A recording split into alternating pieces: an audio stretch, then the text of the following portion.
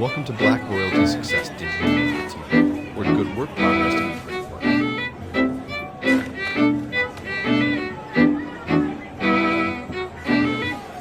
This is Street Knowledge, Street News. You are now about to witness the strength of street knowledge. Check this out. Check it out. This is Street Knowledge, Street News. Hold on, she's coming. Hold on. Trying to connect. I'm on. I got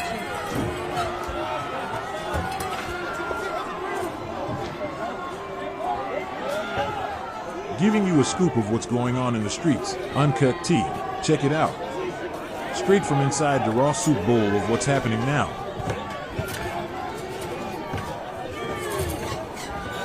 Pro-Palestine! Get creative inside news feed that you may have seen or missed. Get news updates on what's happening now.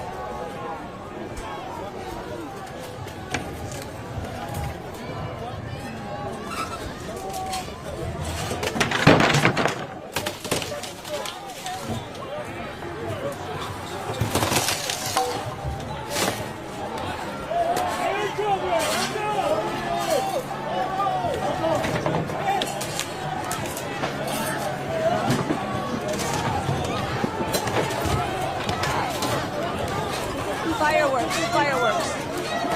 They're throwing fireworks. Careful, they're throwing. Well, this has just begun now. You can see this California Highway Patrol. They are tearing apart the barricade that yesterday protesters spent. They are taking this down. We just saw one woman being taken off in handcuffs. We just also saw a protester hit a police officer with an umbrella.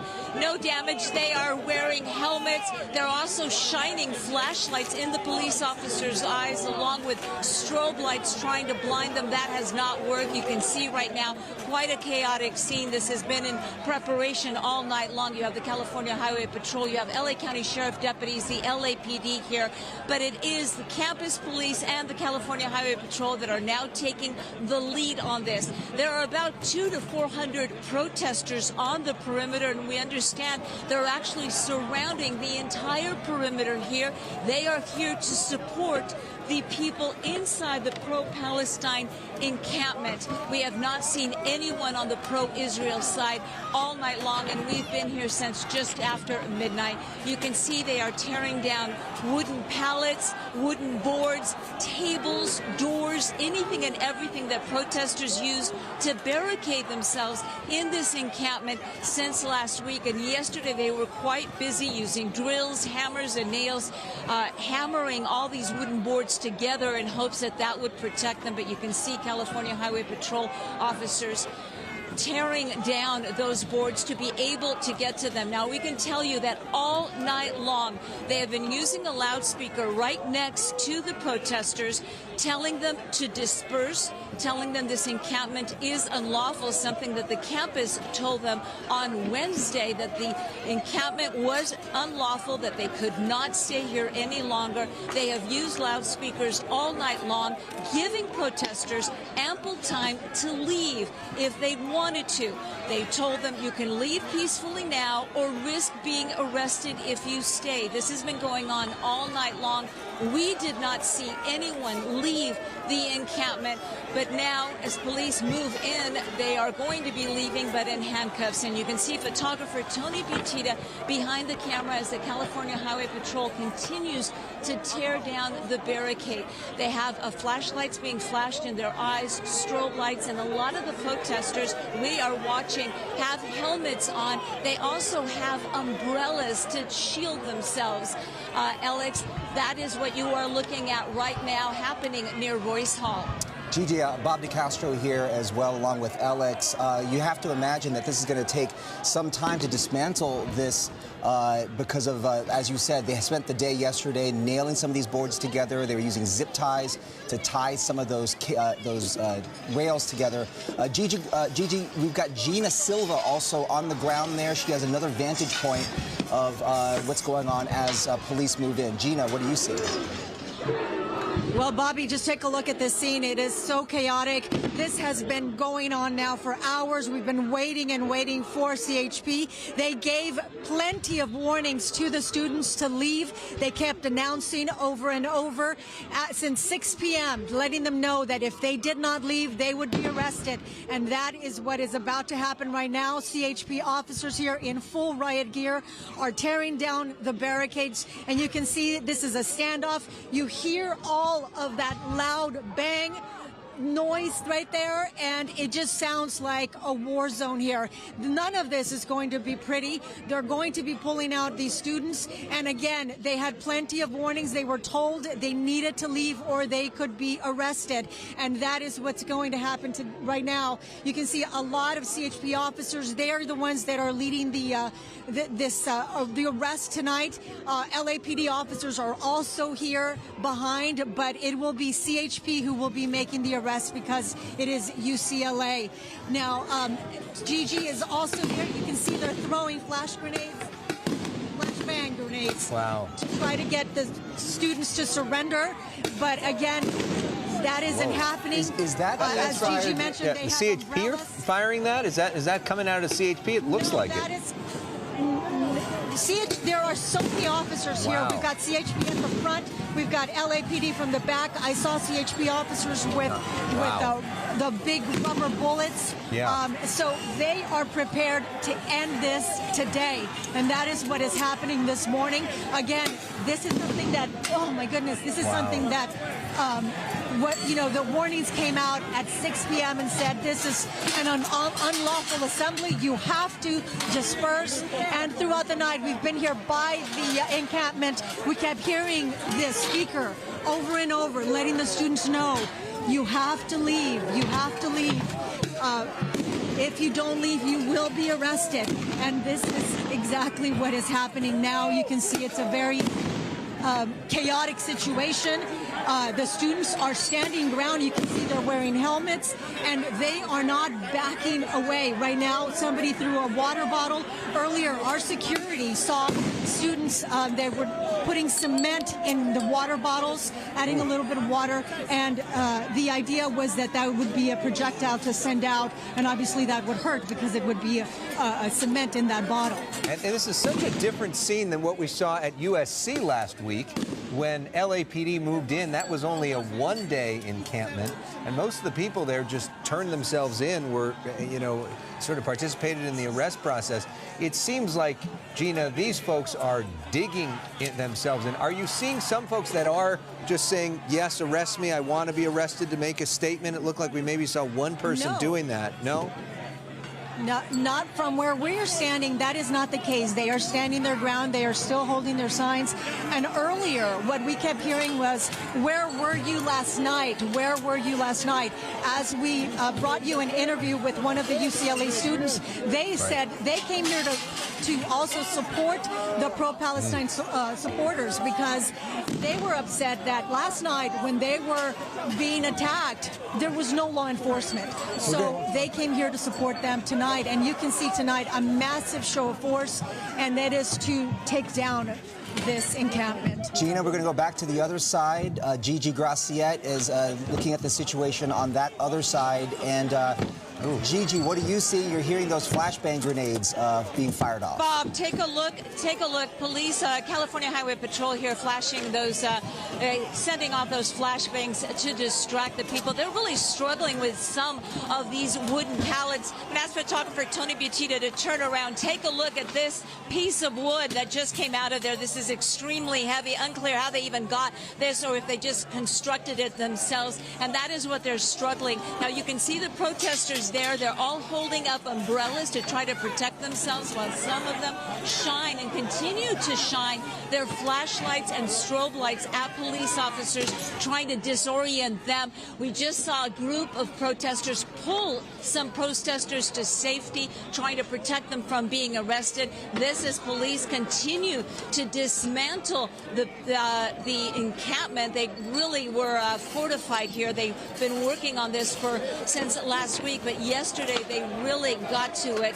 And these are all California Highway Patrol officers. There's another protester being taken away. She's wearing goggles. She has a bicycle helmet around her waist, and you can see she's detained by police, California Highway Patrol, and you see that line of California Highway Patrol officers over there. They are just waiting to take the detainees into custody. There are large jail transport buses here to take them all away. And as Gina mentioned, they have been giving the protesters warnings all night long for 6-7 hours using loudspeakers, telling them they were risking being arrested if they did not leave, and they wanted to give them an opportunity to leave peacefully before any of this happened. But we did not see anyone leave. If they chose to, we did not see them. Now I'm going to ask photographer Tony Butita, just pan over to your right 1 second. Look at this is just what was fortified. Now you see officers actually going into the encampment. There's more flash bangs. Those are designed just to distract people. Those are being fired off by the California Highway Patrol as they try to go in and detain the protesters who have been here now for a week. On Wednesday, the campus notified them that this encampment was unlawful, that they had to leave. They never set up a time frame or a date, but police have been telling them that this was going to happen, and it is happening now. If you're just tuning in to Fox 11 News, Alex Michelson, Bob DeCastro, Gigi Graciette, and Gina Silva, you are looking live at the California Highway Patrol, and now they just set off some type of fog or chemical agent, unclear. Maybe pepper spray, maybe it. Be careful. Okay, we're going. Everybody's being moved back now because it appears to be some type of chemical agent, unclear. Set that off. As police continue to go in, the barriers is really what's stopping them right now. Very, very hard to dismantle this encampment. They are fortified now. Most of the protesters, we're watching a different angle than our camera. The protesters, many of them are wearing helmets. Some of them have smog masks on. Some of them have goggles. They were obviously prepared for the possibility that this would happen. Yeah, and Bob, Alex? Yeah, we're looking at more arrests now happening. We have seen from drone footage over the last several days inside that encampment that many of those demonstrators have been preparing for this moment. They've been practicing interactions with law enforcement, and they have been getting ready for this situation. Bob, I'm curious, as we look at this, as somebody who's reported here for so long, I cannot remember an operation of this size. I remember Occupy LA when they took that down after the riots in Santa Monica, but not this size with this many people that law enforcement... In a small area, and certainly this fortified. They've had a lot of ample time to really build up those barricades. So to be this entrenched is certainly a scary situation, especially since they do have helmets, and we don't know what kind of weapons they may have inside. All right, looks like they're moving in to break up more barricades. We know we have Gina Silva on the other side. Gina, what are you seeing right now? That's right. Well, just a few minutes ago, they threw this fire extinguisher toward the officers and toward the crowd. Our security person here was able to move us out of the way so that we wouldn't get hit. But this is the kind of stuff that they are throwing from the encampment this way. And so we also saw a large cloud of smoke, and we thought, well, my gosh, you know, what is that kind of a chemical, some pepper spray? Last night, that's what we dealt with, and it is absolutely horrible. You can't breathe. And so they are fighting back. I mean, it is not an easy takedown situation. The students are standing their ground. They're sending, you know, fire extinguishers towards the crowd over here, towards the officers, and water bottles, things like that. They're holding the umbrellas to protect themselves. But you can see CHP is not stopping. They're moving in. They broke down the barriers in one area. Of course, they keep firing off those flashbang, which sounds like we are in a war zone, which is a huge battle that's taking place right now here at UCLA. There is one, Sam, if you walk over with me, I believe there are a couple of students over here who have been arrested.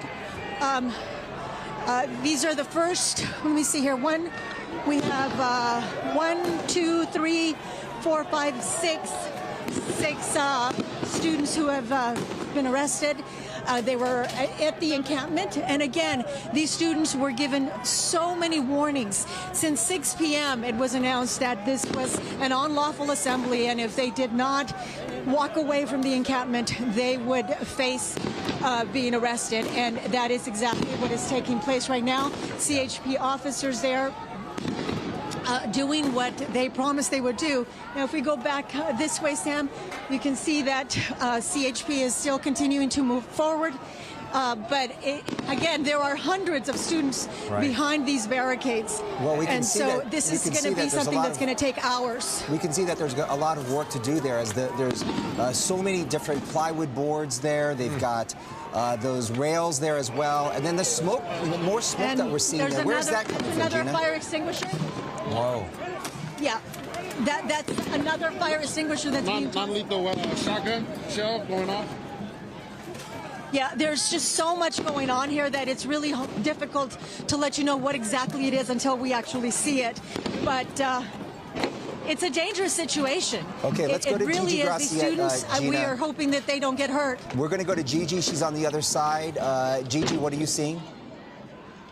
Well, as Gina just reported, someone just set a fire extinguisher off. They have begun throwing bottles and cans at police officers. As police officers continue to dismantle the encampment, they apparently have those fire extinguishers inside the encampment. You see there the protesters holding umbrellas as they continue to use their flashlights and strobe lights to shine those flashlights into the officers' eyes, trying to blind them. We saw one officer was hit with a can. Again, they are well prepared. They have their riot gear on. They have their helmets on. So we did not see him injured. And here you go.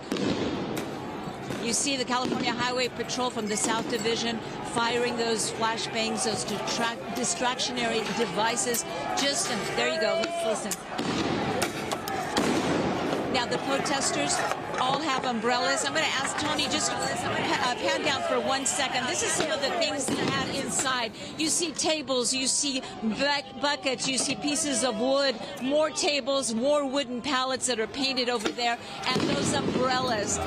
And some of them are fighting back with those umbrellas. We saw one protester right in front of us throw an umbrella at a police officer.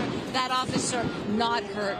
You are looking live. This is the campus of UCLA right in front of Royce Hall as the California Highway Patrol and campus police move in to dismantle this pro-Palestine encampment that has been here since last week. We do not see the LAPD. They are also here, but they're holding skirmish lines because there are hundreds and hundreds of pro-Palestine supporters surrounding the perimeter of UCLA. They are all here to support the protesters inside the encampment. What we have not seen tonight is any pro-Israel supporters. No Israeli flags like yesterday. They are not here. They do not appear to be here. Everyone, the supporters are all carrying Palestinian flags. They're also, many of them are wearing gas masks, bicycle helmets, motorcycle helmets we saw earlier. They're carrying umbrellas. We did see a guy with a bat. Hopefully he doesn't use that. And you see officers struggling to continue to dismantle the encampment. They've got a protester down now on the ground. The protester not turning around. It's a little hard to see. The protester is wearing a helmet, and they are trying to put those zip ties on them to detain them. The protester, unclear, woman, man, but they are wearing a helmet, as are many of the protesters inside the encampment, obviously prepared for something like this.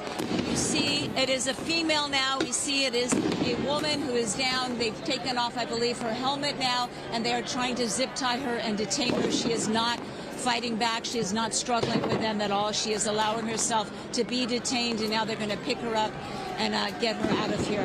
They do have medics. We did see medics escorting some of the people out, and that's on this side. And there goes the protester right now. Well, and what we saw earlier tonight when we were on in our 6 o'clock news even, is there was a long lineup of buses from the sheriff's department that were lining up near the federal building on Wilshire, which were basically in place to do mass arrests with the idea of detaining these folks, arresting them, putting them on these buses and getting them out of there. So they are prepared to put a lot of people into that sort of transportation to get them out of this system. That may be part of what is happening right now. To your point also about that dispersal call, we were also live on the air at 6 p.m. And at that moment when they said it is time to disperse, there was not a single person that left. We have not seen hardly anybody leave throughout the entire night.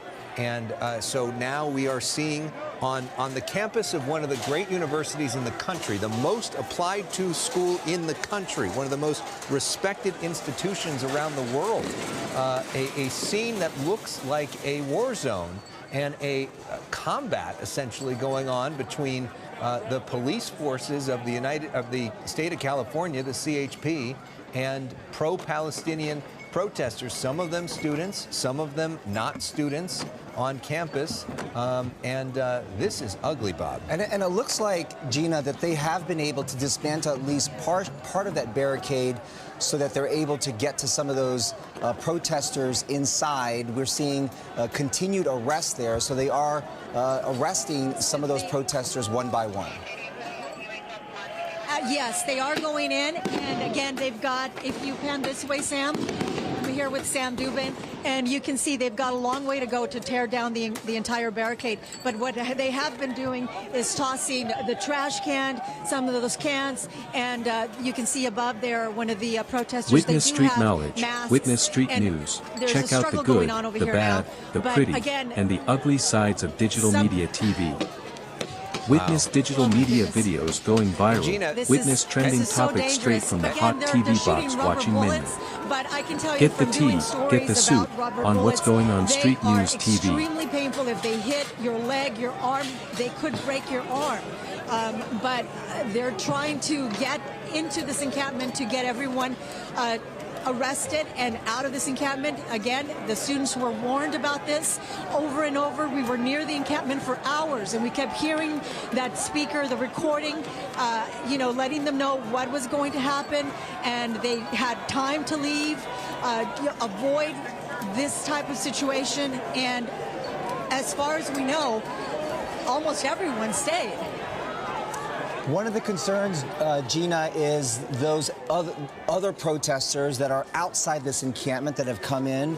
Many of them, as Alex was saying, have not left, but others have moved in. And we had heard that some of the law enforcement there could also be surrounded. So no doubt there are law enforcement on the other side, or people who are watching people who are on the outside of this encampment.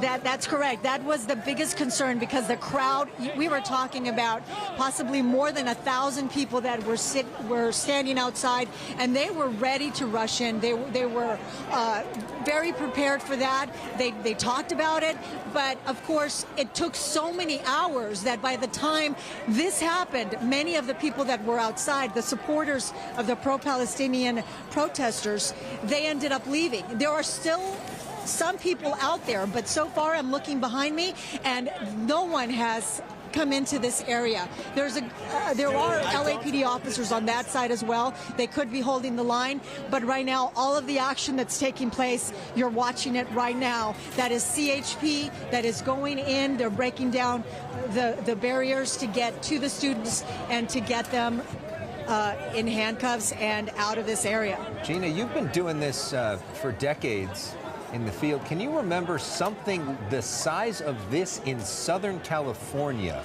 that you've ever witnessed? No, absolutely not. And honestly, it is scary when you hear the loud bangs. I've never been in a war zone, but I can only imagine that it sounds like this because it is insane. It is so chaotic. It is dangerous. When they toss that fire extinguisher in this direction, that could have hit any one of us. Obviously, that was meant for the CHP officers. It is just a dangerous situation here. And again, I just wish these students would peacefully give up so that no one gets hurt. And it doesn't appear to be the case. Brooke Thomas is joining our coverage now as well. Brooke, it's quite extraordinary to see all this. Yeah, you know, and it's interesting, the idea that this is at all going to calm things down. I think even law enforcement knew that likely it is not. We've seen at least twice, just recently, just this week at other universities across the country, law enforcement moves in and things don't calm down. It's not what happens. And the idea here is that obviously they're trying to prevent what happened just last night from happening again. But it's interesting that this took so long. It's also interesting seeing the amount of, I guess you could say, equipment that the protesters had been allowed to bring in. All of they set up buildings, essentially, and that this was all allowed to be brought into campus. On one hand, you know, you're talking free speech, but on the other hand, you're talking building materials. And so there are going to be a lot of questions there about that. Gigi, the same question to you that we just talked about with Gina, as somebody who has been doing this for so long, have you ever seen anything like this here? Well, actually, I was inside the Occupy LA encampment at City Hall several years ago when that was dismantled. They did not have this type of barricade around the encampment, but there were also hundreds of people there. A lot of the photographers that I'm with, Austin Dave, a recognized photographer from Santa Clarita, is nodding his head. He also remembers Occupy LA.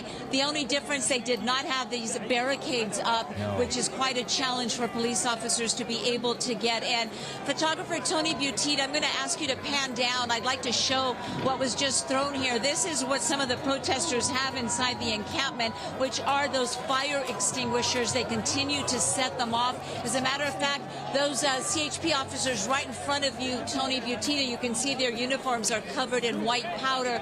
They were near the protesters when they set off those fireworks. Now, what you're hearing being fired are 40-millimeter baton rounds. Now, baton rounds, also known as kinetic impact projectiles, KIPs, that's a less lethal alternative to any bullet. Their main purpose is to distract. They're designed not to penetrate or hit anybody. They're being fired very high into the air, and they are usually used for riot control. So that is what you are hearing right now. The CHP continues to fire. This after giving so many dispersal orders, as Gina Silva has been reporting. She has been here all night. We heard the loudspeakers, and, you know, it does sound like a war zone at times. We've got helicopters, we've got those baton rounds being fired continuously. We have the protesters screaming. We saw several being taken away. Unclear if they're UCLA students. It's believed that a lot of them do not attend the campus and actually have no connection to this campus. We were there yesterday. We interviewed a lot of people, even on the pro-Israel side, and they had no connection to the campus. They just felt very passionate about their cause, and that's why they're here. Thanks so much, Gigi. We want to bring in police specialist, former LA City Councilman Dennis Zine, LAPD Sergeant Dennis Zine, to weigh in on what we're looking at here.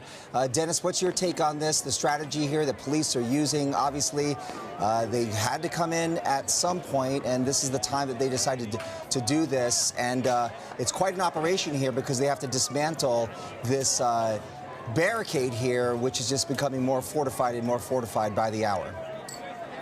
Well, it's not a surprise, and they used a tactic to basically lie in wait, and then when the time was right, they moved in with obviously a massive show of force during the evening hours, or the late evening hours, early morning hours, to dismantle. We knew it was going to happen. When you saw all the officers, the equipment, sheriff's buses, etc., that were amassed, They weren't bluffing. They were waiting for the right time to make the move, and obviously this late hour, or early hour as you want to look at it, at 3:44 in the morning, they made the move, and they're obviously carrying through. They weren't going to go home, and they weren't going to abandon this mission, and what they will do is dismantle. It looks like there's somewhat cooperation, little, if any, resistance. The uniform that those officers are wearing that we see on camera now, I've never seen that uniform before by the California Highway Patrol, so I would say this is a special tactical unit by the California Highway Patrol that is in there dismantling, and they will then dismantle this operation, take into custody those individuals who don't want to leave. But this will be the end of this encampment at UCLA. Clearly, they have a massive show of force in addition to LAPD, which we notice it's the CHP, the California Patrol, that is the lead agency, and everyone else was assisting them. And they have their tactical team that is removing this encampment, which will be totally dismantled by the time sunup. I imagine it will all be dismantled and carried away. Yeah, Dennis, can you talk about also the challenge? I mean, I was out there that night when Gigi was talking about it, Occupy LA, and was out in the field, and there were not all those barriers set up like this. The challenge of having this massive, all these walls that have essentially been set up, and the fact that these folks have been preparing for days to essentially get into it with police to fight back, and how that creates a challenge and a lot of blind spots for a lot of these officers, these 8-foot walls. Well, they decided when they established this camp that they were going to resist law enforcement, which is exactly what they did. I don't know if there's been any resistance when the officers made their entry, where the individuals that were residing within that camp.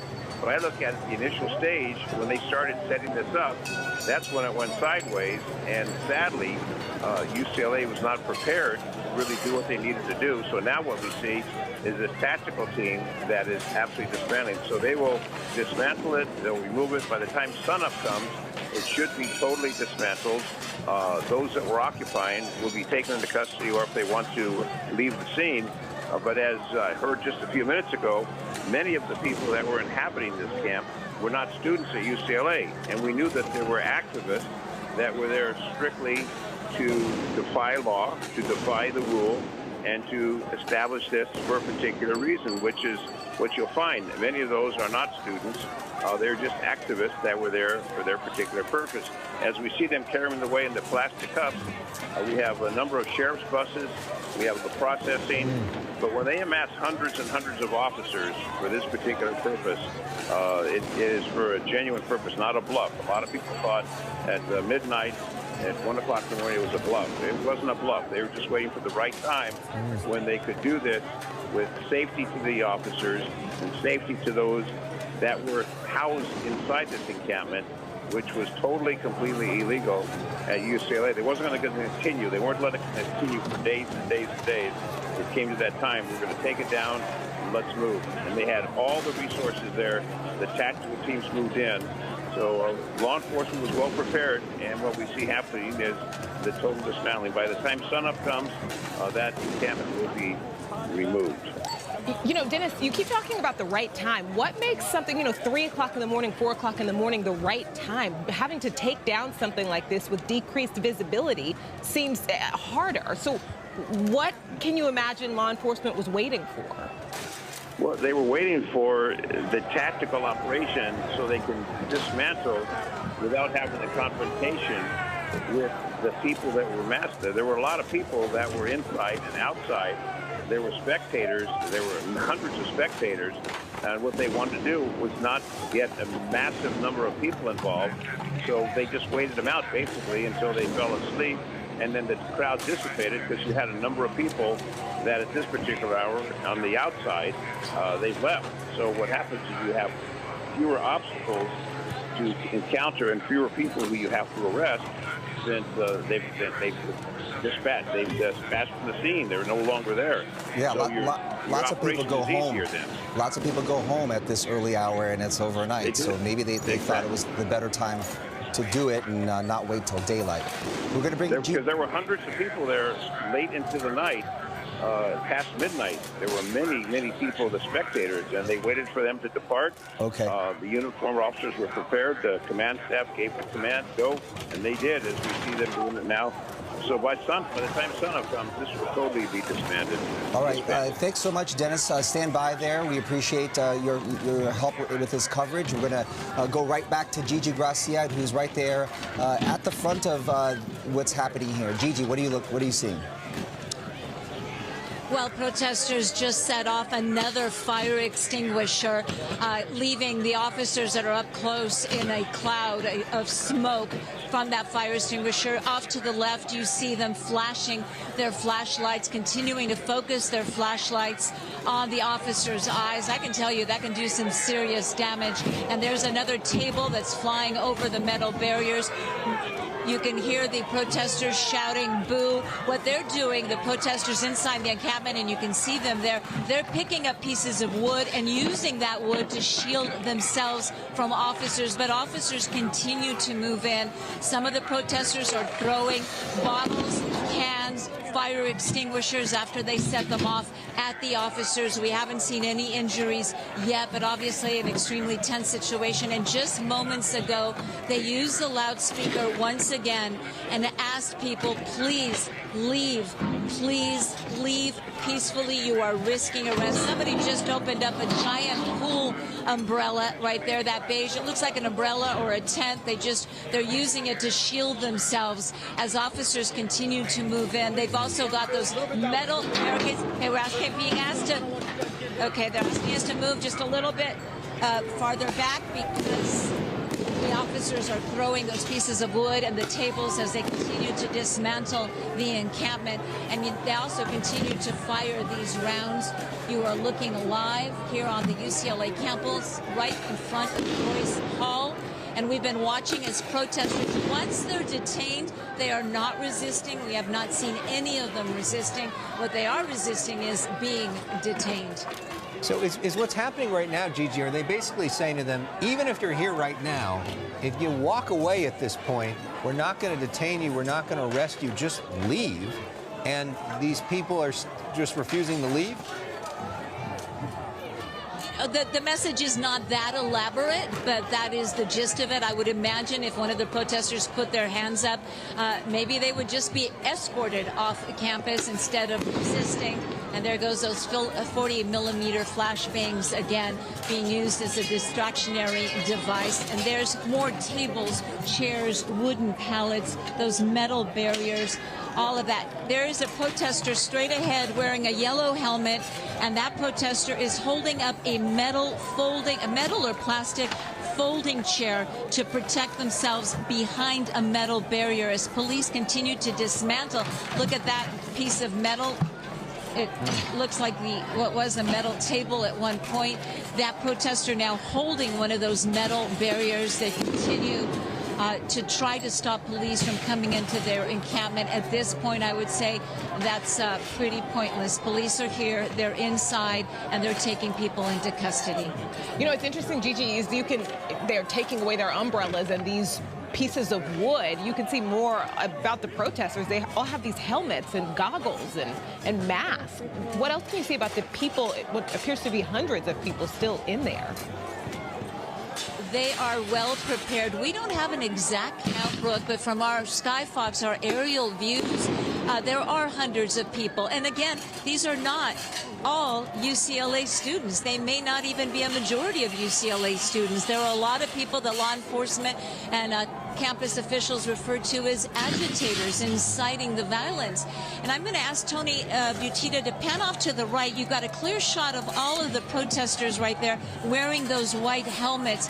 They were well prepared, Brooke. They knew this was going to happen, and they are very well organized, and they've been managing to have all these things brought into them. They've been bringing things in, and I understand at one point they were even using wristbands to identify who was really a part of the encampment and who wasn't. So if you didn't have a wristband, you didn't get in. They are very well organized. This is not just a couple of students that said, hey, let's go protest. There's another fire extinguisher being set off right there. We had just been saying that it's almost like they had been turning the inside of this encampment into their own little city at some point, and certainly if this had grown, it could have had some more organization there inside. We don't know at this point, and there's no way of telling whether or not how many of these are students or quote-unquote outside agitators at this point, but certainly a growing crowd there over the past couple of days inside that encampment. Let's go to Gina Silva, who's also on the ground there, to get her perspective on what's taking place. Gina. I'm sorry? Gina, you're on. He was just saying they threw a bottle of water, and the officer was telling us, be careful, because it could be urine, and he said something else that I couldn't make out. But they are, what is it? Concrete, that's right. We did see that earlier. Our security guard was actually the one who spotted the students, or maybe not students, but the people at the encampment. They were filling water bottles with cement and water, and obviously that would be something that would be very heavy, and if it hits your head, you could get hurt. But you can just see here they've been setting off those fire extinguishers, which of course makes it really difficult to breathe. And at one point, they tossed the fire extinguisher in this direction. We were able to move out of the way. Thank God we weren't hit. But if you get hit by one of those, you could pass out. I mean, it's dangerous. And you can just see the CHP officers there trying to get control of the situation, but they've got a long day ahead of them. And, you know, we were talking about why did it take so long? Why did it take so long? Well, what we kept hearing was there was a huge concern with the supporters, because there were so many people here that were also not part of the encampment, but they were here to support the people in the encampment. And if the officers had rushed in like they are now, trying to remove the encampment, there was a possibility of that group also rushing into the lawn and then causing even more chaos. So the idea was to kind of get them a little bit tired and maybe, whoa, here, another, what is that? Another water bottle.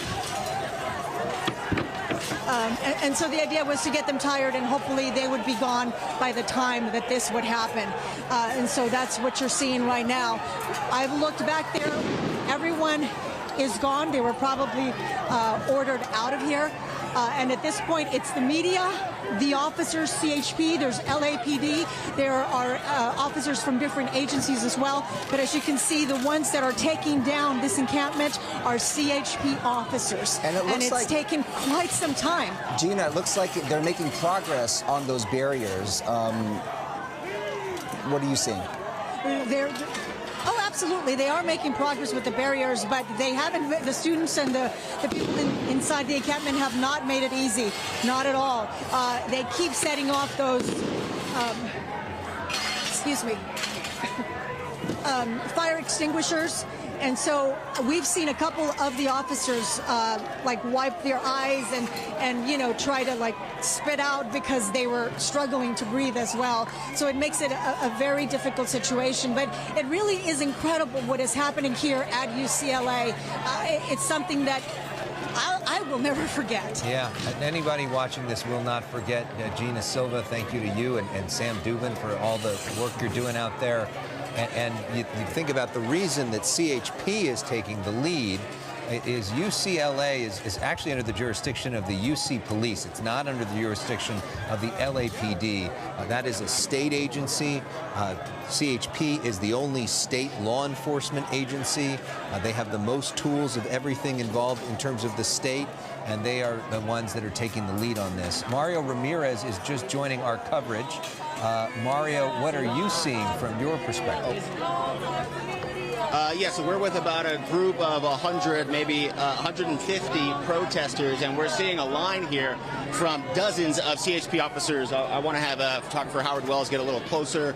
We were hearing chanting just a short time ago, "Where were you yesterday?" referring to the delayed police response. We were here talking about that on campus as there was violence unfolding for hours before police arrived, and they were pushing these people on campus back step by step, and at times getting into some heated scuffles, pushing some of the people here in this group on the ground, but that has since calmed down. They are in place, and I want to try and talk to one of the protesters here because, you know, at times they are getting loud and using profanity, but we've been hearing from a few. Okay, but we can tell you that they are controlling the group. They are moving them back. We are just in front of Kaplan Hall, and they've moved us towards the Physics and Science building. So at one point, they were pushing this group back. You can see now that line in place here, about 100 feet from that encampment setup. We'll send it back to you for now. It's interesting that we're not seeing, you know, many what looks like arrests yet, just giving you an idea of they're still trying to break this structure down to even get to the people, Mario. Yeah, I did see 3 people that were zip tied sitting on the sidewalk before they were taken away to another area, maybe taken onto a bus or a police vehicle to be taken into custody. So we have seen people zip tied here. I counted at least 3. But no active arrests, no active zip ties or people being taken into custody at the moment. But we did see that a little earlier. All right. Thank you so much, Mario.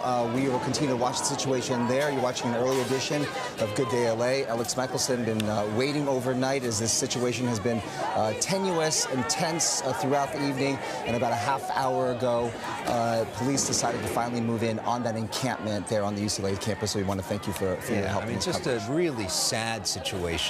As people that love this city, to be watching this happening here, and let's hope that there is some sense of order, you know, when there is daylight. And just a shout out as well, just to our crews that are doing such hard work out there. Our thanks to all of them, especially the photographers that are really in the middle of it. So I'll be watching your coverage, and we'll see you a little bit later on today. No, it's been nice to have you here, but I guess 20 hours is good enough, huh? Exactly. Thank you. All right, we're going to continue our coverage now. Let's go back on the ground. Gigi Graciette is right there on the front line. Gigi, what are you seeing right now? Well, we just saw a big fight break out between protesters and police. One of the protesters was near a fire extinguisher, and you heard the California Highway Patrol officers shouting at them, "Don't pick it up, don't pick it up." Very tense moments. The protester did not pick it up. They continued to dismantle this. Many people have been taken into custody already, but the biggest challenge so far has been dismantling the encampment. And basically what police are doing is they're circling the protesters, and that group is getting smaller and smaller, although it is still quite large. Tony Butita, come to me for a second. I just want to show you some of the things that we've seen flying from the encampment here. This is a lantern. It's still lit. This just came flying from the encampment here. So protesters are throwing things at police officers at the California Highway Patrol. I'm going to leave this here now. As you see, photographer, there's another scuffle right now. They are beginning to resist being arrested. The protesters are grabbing other protesters that are being taken into custody. So it's sort of a tug of war between police, protesters, and in the middle, the protester being taken into custody. Not nice to see. This is what no one wanted to see. And please interrupt me if you have another shot. Look at that piece of metal right now that just came flying. How they got, you have to ask yourself, how did they get all of this into the encampment? These pieces of plywood, it's not like you can put them in your pocket. And a lot of people very critical of UCLA, both officials, university officials, and campus police, that they allowed all of this material. We're talking about tables, metal chairs, wood, metal barriers that we're seeing, easy ups, tents, umbrellas, things that you can't easily sneak into campus. And obviously police, campus officials should have known what this was going to be used for, yet they allow this to continue, and what you allow to continue will exactly continue. Photographer Tony Butita, let's go down to this sign right here. I just want to show a sign on one of those pieces of plywood. Bruins say Free Palestine. A lot of signage on the metal, on the wood barriers that have been spray painted all through campus. Actually, yesterday we walked up to the cafe to use the restroom, and all the walls outside the campus cafe were spray painted with Free Palestine. We'll send it back to you. Yeah, Gigi, we were talking to Gina, and I could see her eyes watering. She was saying, you know, it was hard to breathe because of what was in the air around her. What is it like, you know, for you? Besides having to dodge these parts of the structure being thrown in your direction. We have dodged quite a few items thrown in our direction, both by police officers who are dismantling the encampment and by the protesters who occasionally will throw things at the officers. It is hard to breathe.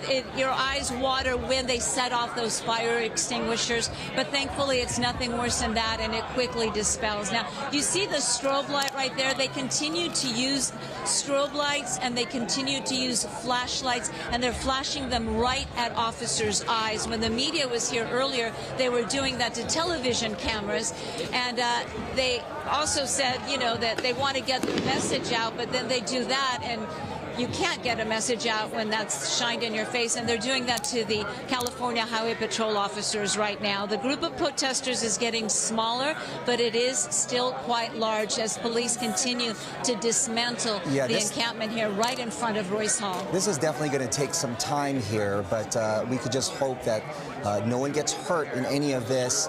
It does look like they're using those strobe lights, flashlights. We even saw laser pointers there flashed at officers' eyes as well.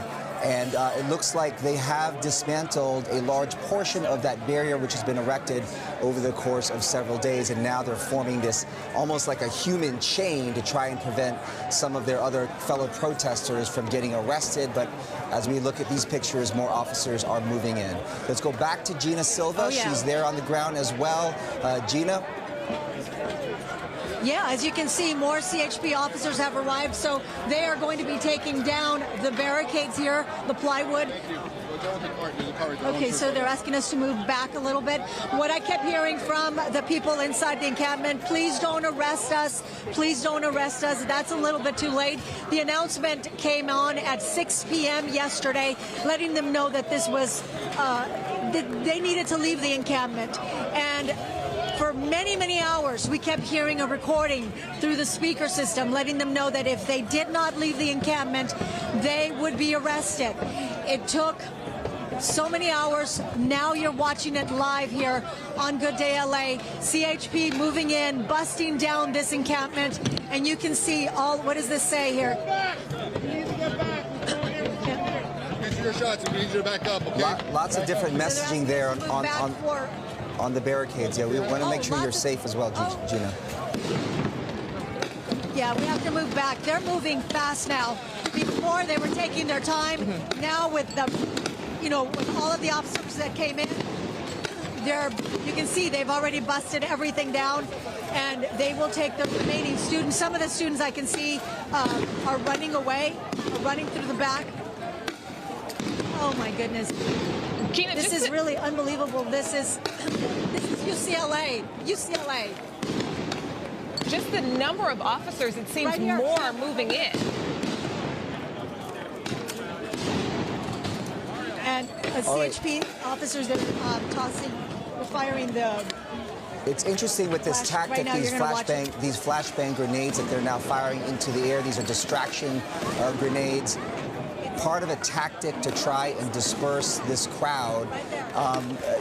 Gigi had been saying, Gina, on the other side, that some of these students, now that some of the barricades have been taken down, have been sort of forming this human chain, trying to hold their fellow protesters so that they don't get pulled in and get arrested by officers. What do you see?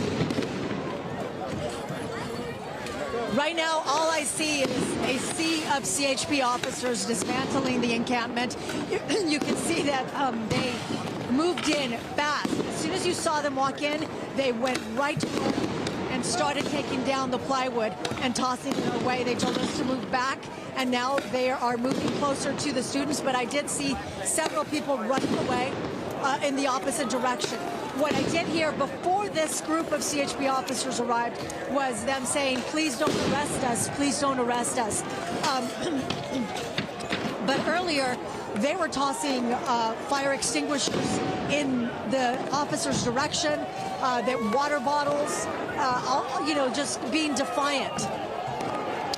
Gina, I want to go back to... Gina, we want to go back to Mario Ramirez right now. Just, Mario, I want to see what you can see in your area where you're standing. It was a little calmer than the other two shots we've had so far this morning, but now we're seeing more officers move in. What can you see? Yeah, we're just outside Kaplan Hall, Portola Place near Dixon Court, and this here is a line of CHP officers. They, at times, are slowly moving this group back, and you can see here they're locking arms. They're trying not to move. Earlier, they were moving forward and really pressing against these officers who are trying to control the crowd out here. And I'll have Howard Wells show you the crowd off in the corner. They are using lights, as Bob was mentioning earlier, to try and distract these officers, shining lights in their eyes. And we are hearing chanting. And I will say that it was a lot harder to access the campus this morning. A lot of areas are being blocked by police, by law enforcement. And from what we can see, the largest presence here is from CHP officers. They're basically setting up a perimeter where they're dismantling that encampment so no one else can go towards that area. We're hearing those flashbangs go off one by one. They were a little closer in time earlier, but we are still hearing them as this crowd here is getting louder and not trying to move any farther back than they already have. From your vantage point, Mario, your area is outside the encampment, and we know that there had been concern among law enforcement that there were not only protesters inside the encampment, but outside as well, and those could pose a different problem for officers, as they were worried that officers could be encircled by some of those protesters. We also know that there are buses now ready near the federal building, so it looks like once they start arresting some of these protesters, they'll be moving them over to those buses to detain them and hold them and perhaps take them down to the city jail should they get arrested. But where you are, Mario, this is outside of that encampment, right? So these are the other protesters who have either started to try to move into the encampment or are watching things from afar. Yeah, and it seems like we're finding it hard to talk to some of these people out here. I have a student. What did you want to say? I know you're out here watching this. Well, I'm just saying these guys weren't here to protect us yesterday, so they have no right to be here today. That's all. Thank you. Right. Okay. Appreciate it. So he said he is a student. He was referring to the late response of the law enforcement here on campus yesterday. And we have seen some people who don't appear to be students. Obviously, it's a little hard to confirm. A lot of people have their face covered, wearing masks, wearing scarves, so it is hard to tell exactly who is a student and who isn't. But since this encampment went up a week ago today, early in the morning, we've seen a mix of students and non-students. But it appears right now this group of protesters is standing strong. You can hear some of the chanting. They are not moving, again, locking arms here as police, law enforcement are trying to keep them away from that encampment as they continue to dismantle some of those tents and barriers. Yeah, you know, there's a lot of talk about the idea of how many of these people are students or not, but the reality is an anti-war protest of any kind in the history of this land has brought out many different people in the community, regardless of where it is centered. So that's no surprise. But I want to go back to the timing that we've been discussing all morning. You know, it is dark outside, where it's the middle of the night. Police have waited until you assume what they felt to be was the right time. But I'm just not seeing that many people that chose to move out over this some 12-hour process of being warned to. Yeah, and we know that's been an issue, right? These protesters don't want to leave. We saw police move in here overnight, but it's really been trying to hold their place, stand strong here against law enforcement. But they seem to be taking their time in controlling this area, moving this crowd back. Let me let you listen to some of the chanting here right now. So they are chanting peaceful protest, and some of the people we talked to here yesterday say despite the violence that we saw unfolding on campus, it was peaceful, but that clearly not the case. We heard from several officials and UCLA officials as well calling these acts of violence horrific. So we're seeing the aftermath here. Law enforcement keeping a perimeter around the encampment as they work in that area. Again, we're about 100 to 200 feet away just outside Kaplan Hall where they're keeping this group of students back. We can only hope that this will remain peaceful and, again, no one gets hurt in any of this. We're going to go back to Gigi Graciette. She is there just outside the encampment. She's been watching as these barricades have been were being taken down. Gigi, what are you seeing right now? Well, let me give you a pan. Tony Butita, I'm going to ask you to give me a pan. Just a short while ago, this was a wall of plywood, tables, doors, tents that were nailed together. So police have made a lot of progress in dismantling this wall that was preventing them to get to the people inside the encampment. And if we pan down, I want to give folks at home an idea of all the things that they have thrown here. All the easy-ups, all the tents, all the plywood, pieces of metal. How did they get all of this stuff inside the campus, and why was all of that allowed to come in the first place? Yesterday we saw them using electric drills, hammers and nails to board themselves up even tighter inside this encampment. The California Highway Patrol, though, has made a lot of progress. They have taken down one entire wall so far. This is all happening right between Powell Library and Royce Hall. And if you're just waking up, if you live in the Wilshire Westwood area, you're probably hearing those flashbangs going off. You just heard one there. You're probably wondering what is going on. Well, those are used to distract, and they're being fired from all sides of the encampment right now as police continue to take people into custody. Now, inside, behind the wall of police that we're looking at, protesters are still linking their arms. They're resisting. They're trying. When one is taken into custody, the protesters on the other side of that person will hold their legs, will hold them back, trying to prevent them. You see some of the protesters there wearing helmets. They are also wearing masks. Obviously, as we've said before, they are very well prepared for something like this to happen. No tear gas, no pepper spray, nothing like that has been fired, at least not on this side of the encampment. And that is what we're seeing right now. Gigi, right now we want to bring in Doug Luzader live in Washington, D.C. with, a broader nationwide look at this. Doug, the president's response has been, you could say, measured, I guess, over the past few days in an effort to maybe not upset voters on either side of this. But seeing this, what we're seeing right now happen for the second day in the two largest cities in our country, that response, the reaction from the White House has got to be coming in stronger. You would imagine he's got to say something about this. The president has not spoken publicly about these protests in about a week and a half or so, but these images that we're seeing right now out of UCLA are pretty jarring. Now, whether that provokes any kind of response from the White House, we don't know. It is interesting to see the coastal shift in this. I mean, this thing really started as, centered on the East Coast, Columbia University in New York, and now UCLA is at the heart of this. Now, how this plays out is difficult to say. We are seeing a shift in how police are being used and deployed here, in that there was obviously initially a lot of reluctance to have police go into any of these protests. Now they're being more aggressive to the point of, as we're seeing at UCLA, tearing down some of these encampments. Well, so far right now, things haven't been unraveling, so to speak. They've been able to take down these barricades, and we haven't seen any violence, and of course, or extreme violence, we should say. And at this point, it doesn't look like, the officers are rushing in and protesters are fighting back. The barricades are down, and what we're looking at right now are these protesters standing arm in arm, forming this human chain. It was just a very different situation, Doug, than the situation at Columbia, where you had people that moved into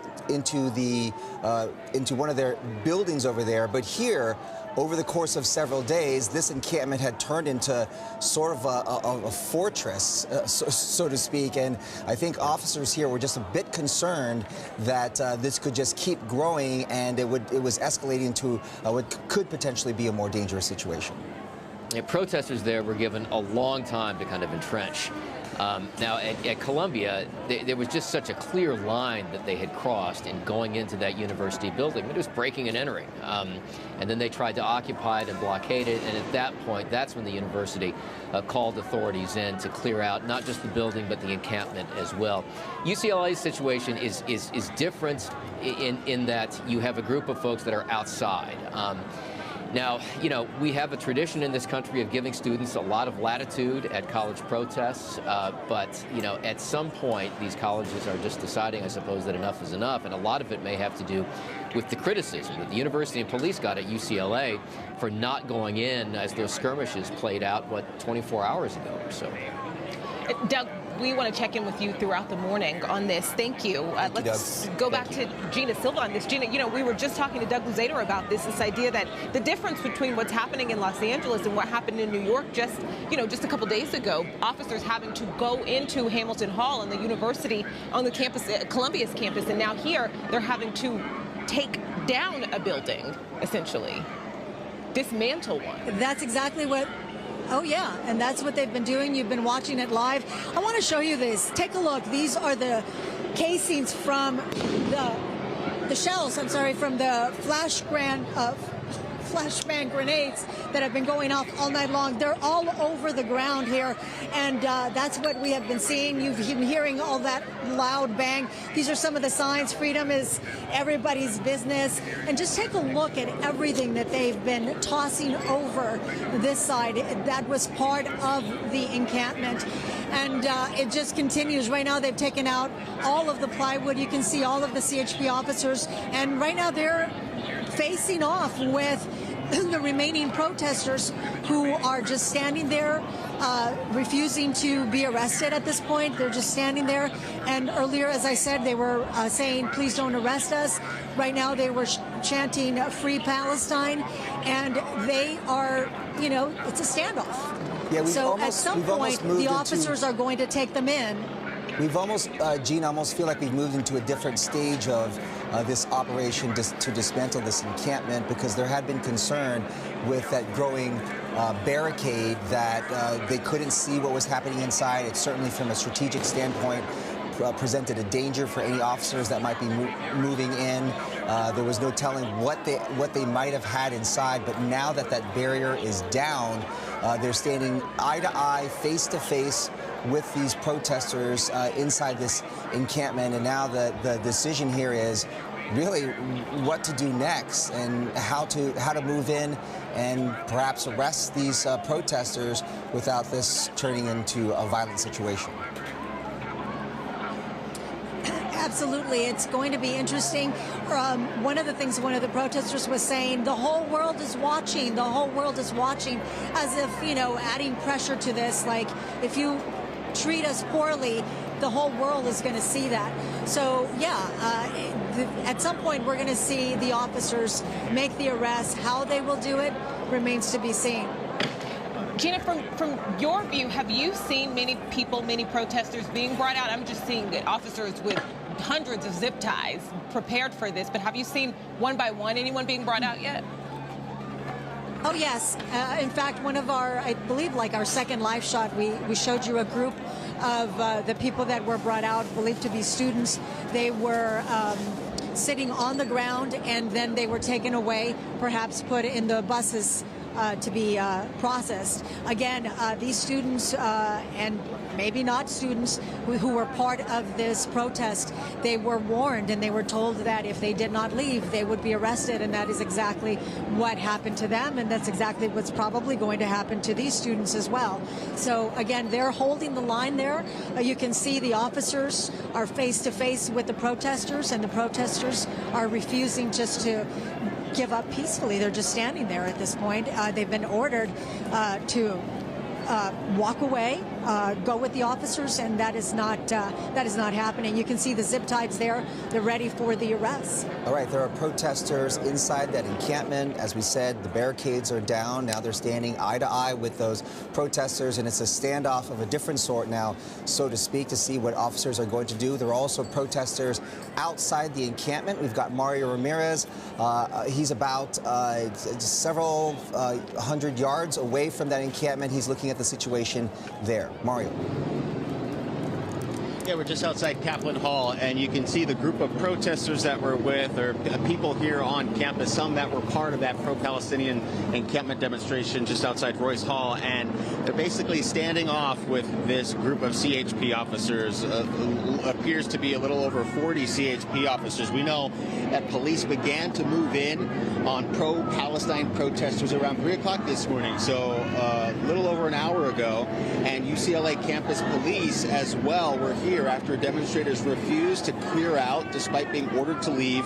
That encampment was declared illegal, and an unlawful assembly as well from police was declared. So we're seeing this group here at times chanting. They were being pushed back towards the physics and science building a little earlier, and it seems like some of them have dispersed, maybe trying to figure out another way to get closer to that encampment. But as of right now, they are being kept here along Portola Place and Dixon Court, just outside Kaplan Hall. And we do see a few, at least 2 officers here with zip ties, ready to go, an indication that they are ready to take people into custody, detain people here on campus if they have to. Yeah, Mario, on that note, you imagine this kind of line up, face-to-face standoff is not going to last long. Are the officers saying anything to these protesters or spectators outside of the encampment? Earlier, they were just saying, move back, and they were slowly moving this group back. Other than that, they haven't said much. We saw additional CHP officers, maybe about a dozen, a little more, arrive to support this line here just behind them. But aside from that, we haven't heard them really give them any instruction on where to go or how to leave campus, just saying, move back, move back. We're going to bring in Gigi Graciette. She's been there all morning long. And Gigi, we were talking about what seemingly is the next phase in this attempt to dismantle the encampment there. The barricades are down, and now they're standing eye to eye with these protesters, and everybody wondering what's next. Well, Bob, what we just saw is a woman appearing to want to simply walk away from all of this. She didn't want to be arrested. She just sort of gave up. She was escorted away from the encampment. Not arrested, not detained, no zip ties. They simply escorted her away. And you are looking live at the California Highway Patrol face-to-face with the protesters, most of them in white and yellow helmets, the protesters here in the encampment. We see conversation, unclear, obviously. It's very loud. We cannot hear what they're saying. But it is appearing that they're giving one last opportunity to simply walk away and be escorted off campus. Just a short while ago, they played a pre-recorded tape from UCPD, the University of California Police Department. Captain Gibson, he announced that this was an unlawful assembly. He read out the penal code that they are in violation of, and asked them once again to please leave the campus peacefully.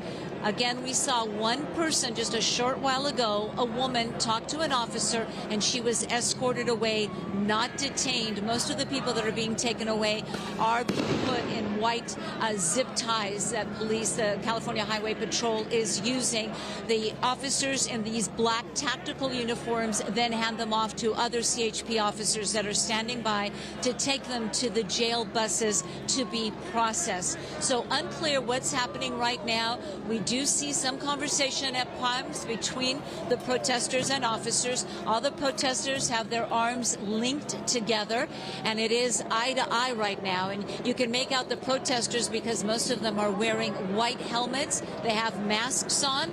Some have smog masks on, others just regular surgical COVID-style masks on, yellow and white helmets, face-to-face right now on the campus of UCLA with the California Highway Patrol. Several people have been detained, no official number. Obviously, that will come once the camp is completely dismantled. It's interesting hearing about a young woman who decided that she didn't want to be there anymore in the middle of all of this and wanted to be escorted out.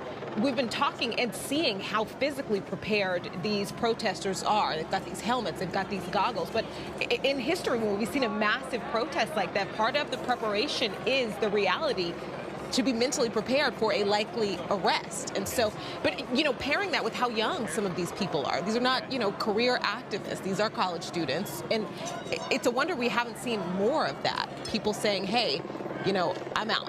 I want to go. Let's bring in now on the phone retired LAPD Sergeant Dennis Stein here. Dennis, you know, we just saw Gigi, our reporter Gigi, saying that there was a woman who decided she wanted to be out of this. She wanted to go in the middle of this now that officers have moved in. Is it typical for officers to say, okay, you can just go at this point in the process? Well, the bottom line is they want to clear the place. If people want to leave, they're going to let them leave. If they don't, they resist. And there's a number of those that are going to lock arms, going to resist, and there'll be plenty of people going to jail. But if someone has the idea, you know what, maybe I really don't want to go to jail. Maybe I don't want to have that on my record. Maybe I want to graduate and get a career in life, and maybe I don't want to have myself tarnished by this. I'll leave. But as we see, there's a hardcore people, and I question how many of those are actual students or actual people who want to go to jail for the cause that they're there to make a statement.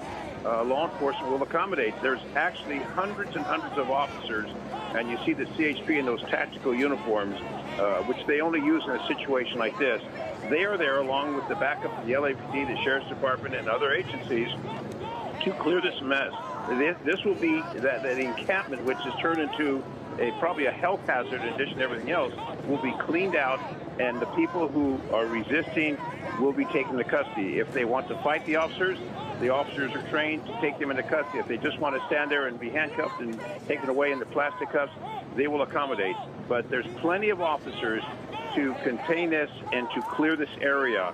It's not like they need more resources. They've mustered those resources the last few days. So it's just a matter of time until those hardcore that don't want to leave will be arrested, physical arrest, and taken into custody and booked and charged with the offense that they're being charged with. We want to get your take on what you think might happen next, because so far, the barricades now have been taken down, and that presented a danger and a lot of uncertainties when it came to moving in on this encampment. You know, there was concern that they might have had, you know, weapons inside, pepper spray, that sort of thing. They were throwing bottles at some points during the morning. Now that the barricades have been taken down, and it looks like they're now just standing there face to face with these protesters, and they're locking arms now, not wanting to be arrested, so they're digging in their heels there. What do officers do next? Because this so far seemingly has gone fairly well in the sense that it hasn't escalated into violence. Well, you'll have the arrest teams that'll come in. The arrest teams will then come in and start taking the people and placing the cuffs on them and take them away one by one. That's what will happen next. Those people who've locked arms, if they don't comply and leave the scene, they will then be physically arrested and they'll be taken away. Now, there's other officers who will be engaged. The initial team went in, as we saw with the California Patrol, to dismantle the barricades that they had established. And now you'll have additional personnel will come in and augment and make the physical arrest. Those hardcore that are standing there with the CHP officers, those individuals will all be arrested. They don't want to leave voluntarily, and they want to go to jail. They will go to jail. They'll accommodate that. So they have a long evening and day that they're going to be going and sitting in the bus for a while until they get booked down at the county of Los Angeles. But every single person that you see locking arms voluntarily leave, or they'll be coming in with tactical teams to make the arrest, and they'll peel them away one by one, and they will be carried away or walked away, whichever they wish to prefer. They'll be taken into custody and booked and charged with the offense that they failed to disperse after the warning was given. Multiple times they've been given the opportunity, but these people, many of them are going to go to jail, and they're willing to do that, and that's what law enforcement will do to accommodate that. And then it'll go to the criminal justice system and the courts, and whatever happens, happens after that. If they're students, they may be jeopardizing something if they do get arrested. If they're not students and they're agitators, then going to a jail really won't affect them other than the inconvenience of going to jail. You know, Dennis, I think if that's next, I imagine the curiosity for many people at home watching is what's the wait? What are officers waiting for at this point? Well, what they're going to bring in is the tactical team to make the arrest. And you might find LAPD is going to take that section. What they've got is the dismantling. They've got tents. They've got other dismantling that they need to do. And as we know, the CHP is the primary on this, and they've taken the lead to clear that encampment.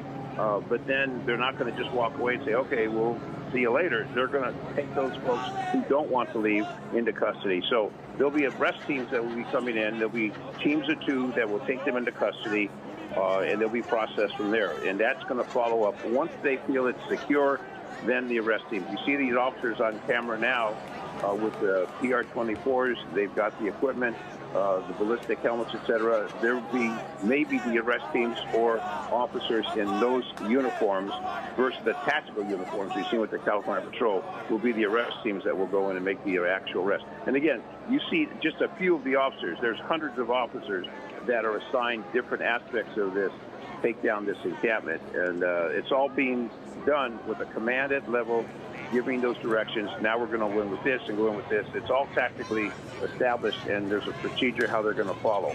So what they want to do is make sure it's safe, secure for the officers.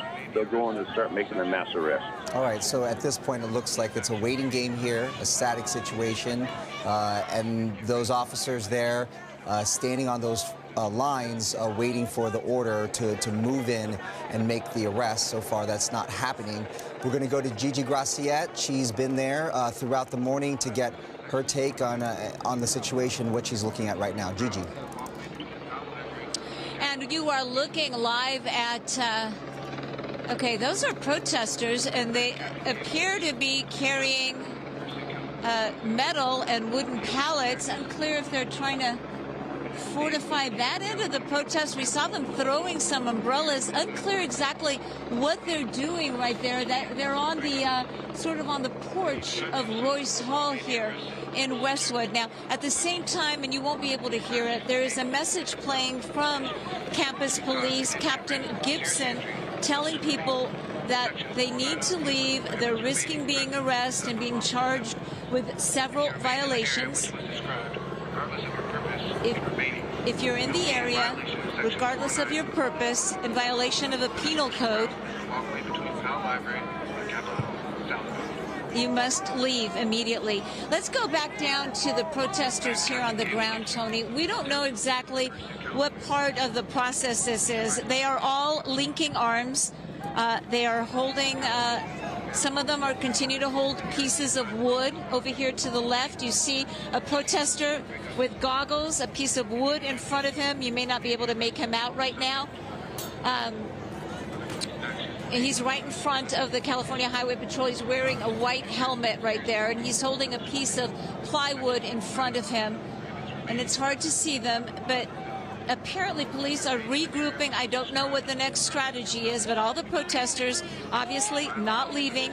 That message continues to play very loudly for them, but they are not moving.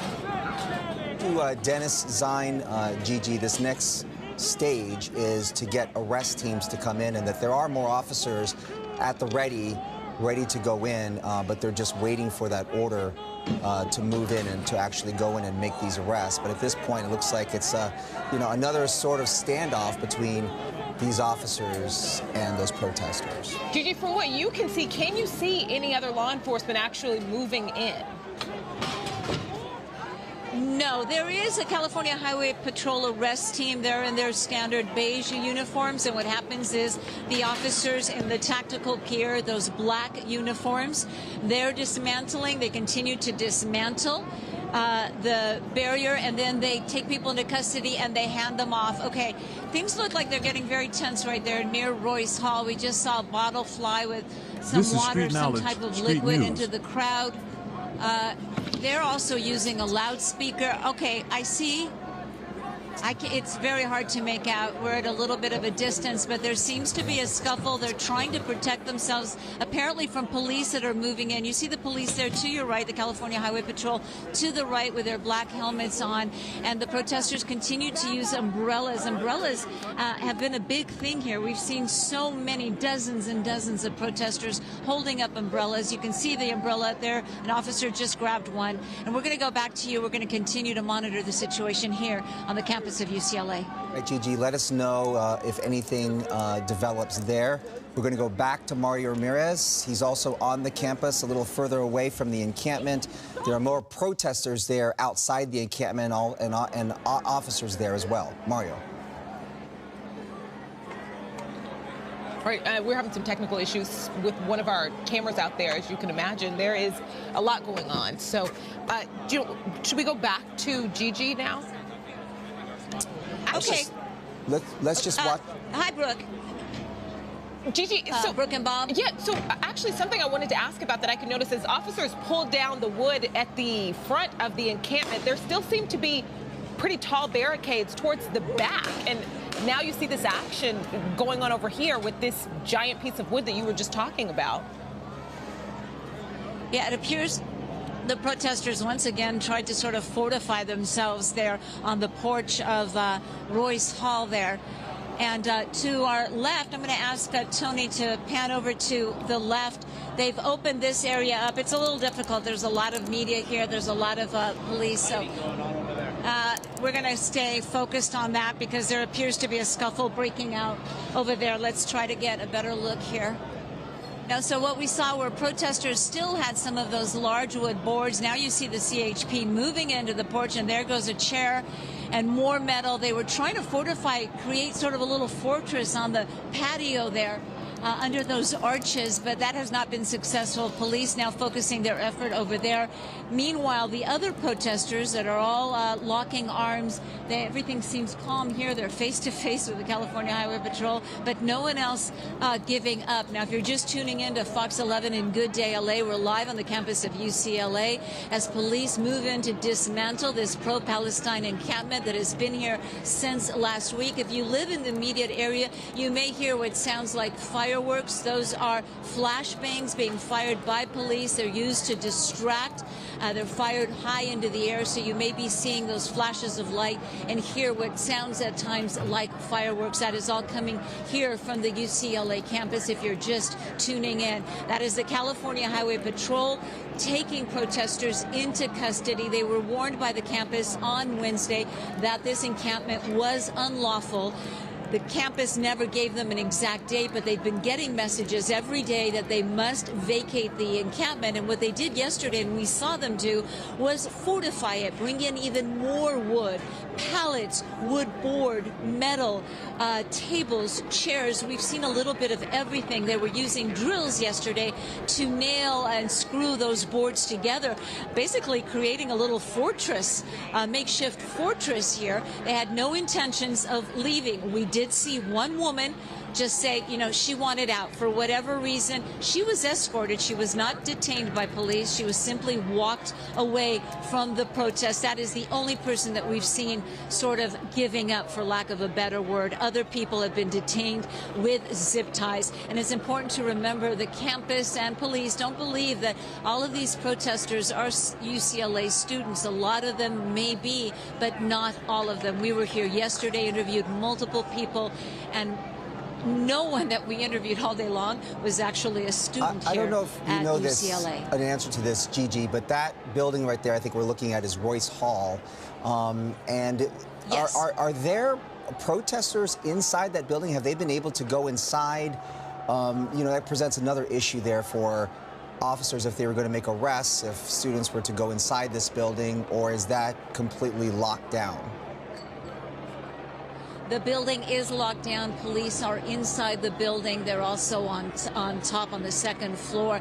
So as far as we know, the buildings, we're talking about Powell Library on one side, Royce Hall on the other, the buildings have not been breached. That is something that we saw. Now, we see a lot of people running. Unclear, is that police or those are protesters? They seem to be running now from police. And now there's a lot of activity. The protesters, a lot of people are running. But the protesters here right in front of us, they remain. Okay, a looks like barricade, more arrests a wall are of people, here. Their arms are linked. Yeah, it appears the next stage in this process of clearing the university has started now, with officers moving in, making arrests. And that we saw that earlier, and there was sort of a pause on that. And now they have begun. We saw a lot of protesters running towards the back, running away from police. Okay, Gigi, and we'll we're send gonna, it back to you. We're gonna send it over to Gina Silva, who is also watching things develop there. Gina, what are you seeing? Well, you can see here 1, 2, 3 people. I spoke with this young woman here, and she said, I think it's unfair what's happening to us right now. But as soon as she started to talk with us, they pulled her away from us. And so now we've been told to stay, just a few feet away. But she was in tears. And as you can see, they are being detained. They're being taken in. And throughout the day yesterday, this morning, we heard all of the warnings letting them know to please, walk away from this. It was an unlawful assembly. You would risk being arrested, and that is exactly what is happening right now. But if we pan over this way, Sam, I'm with Sam Dubing, photojournalist. You can see the officers continue to bring the barricades out of the encampment. This way? So yeah, they're going to put the barricades so that we don't get close to the people that are being arrested. So that's what's happening. They're being detained. Then they'll be taken away and placed in one of the buses that are going to take them to another location. But right over here, where Gigi was talking about, the scuffle was right over there, and there's still a lot of just so many things that are still could go wrong because the students are refused. Here's someone here that just took. No, he said "Viva Palestina."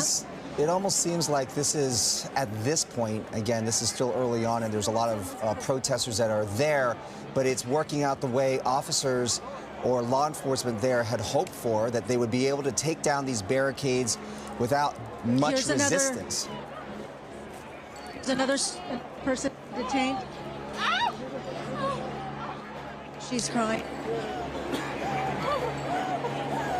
I mean, I'm sure that being arrested is shocking, but it really shouldn't be because the warnings were there for a very long time. Another person being brought out. Do you care to say anything? Free Palestine! There you go. Let's move this way. So you can see more people coming by. That are being taken in. I will try to speak with them, but a lot of times they don't want to talk to the media. Do you care to say anything, ma'am? She said, I just got brutalized by the police for doing absolutely nothing. Okay, so it looks like they are either moving in to arrest those protesters, or Sam, if we go.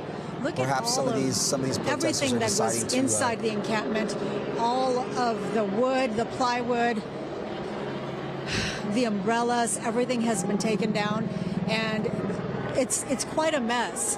But you can see a lot of students, or maybe not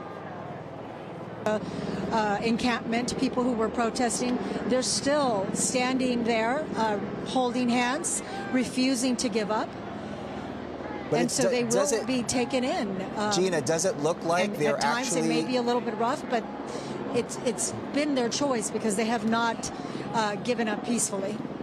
So it does appear that they are one by one pulling these protesters. Can you hear me? Did we lose IFB? I think you lost IFB. We lost... we can still hear you and see you, Gina. Can you hear us? Yeah, it doesn't look like she could hear us right now.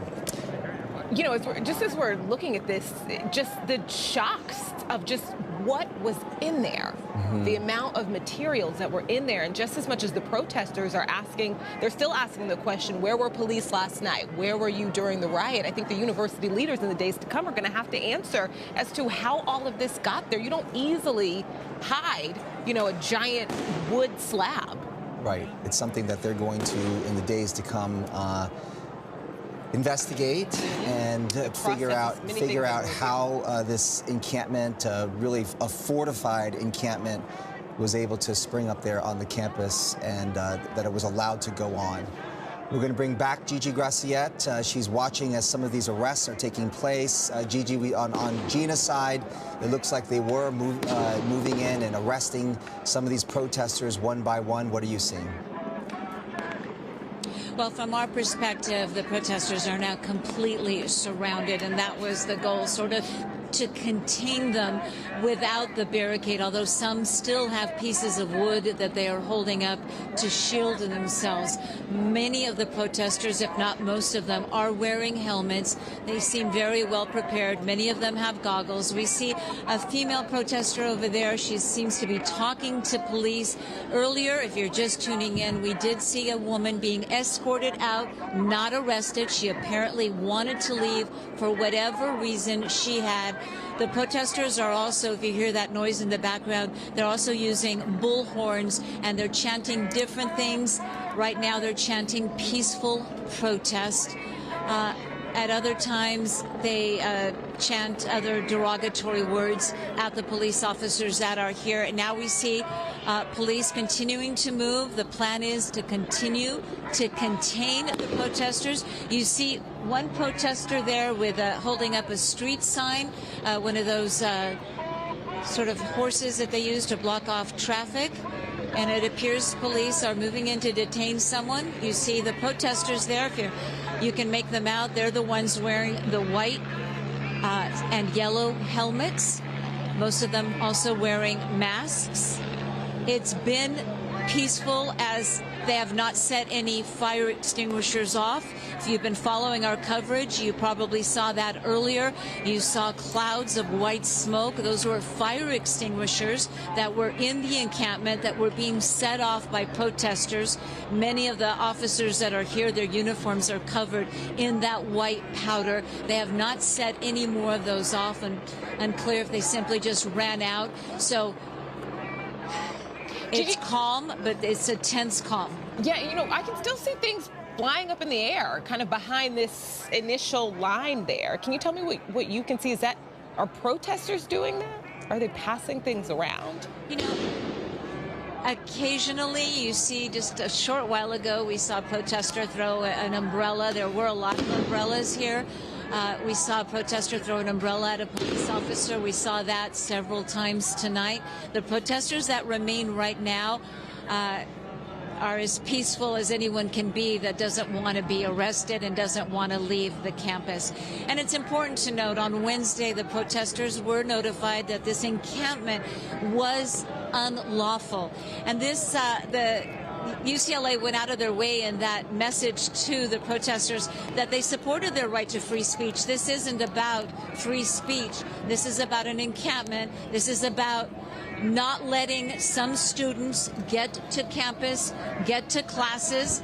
And you see officers there. They are moving. Okay, they are moving in right now to try to get either through or to contain even more the protesters into even a smaller and tighter circle. And it appears that's what they're doing right now. Or either that, or they're trying to get them to unlock arms, because they do have their arms locked together to try and prevent themselves from being arrested. We saw several tug-of-wars as officers would take a protester into custody. Other protesters would grab the protesters' legs or arms and yank them. So they were literally tugging at people, trying to prevent police from taking them into custody. You know, as if that's really going to work. Those people were all taken into custody. Huh? Now they continue to make the circle just a little bit smaller.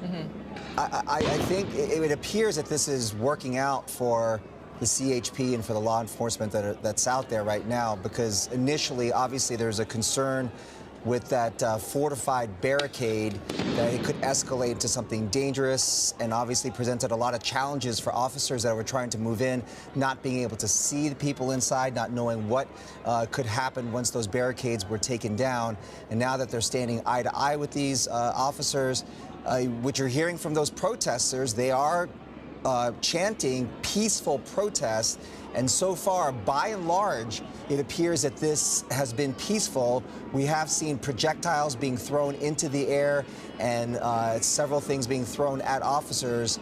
But it could be a much worse situation that we're looking at right now. So it almost appears that these officers have some time on their side. They're going to try and figure out how to arrest these protesters in a peaceful manner so that it doesn't escalate or unravel into something that is more violent. So perhaps, Gigi, you know, even the pushing that you saw there was to, as you said, break apart those human chains to get them one by one, or maybe to move them and confine them into a shorter area.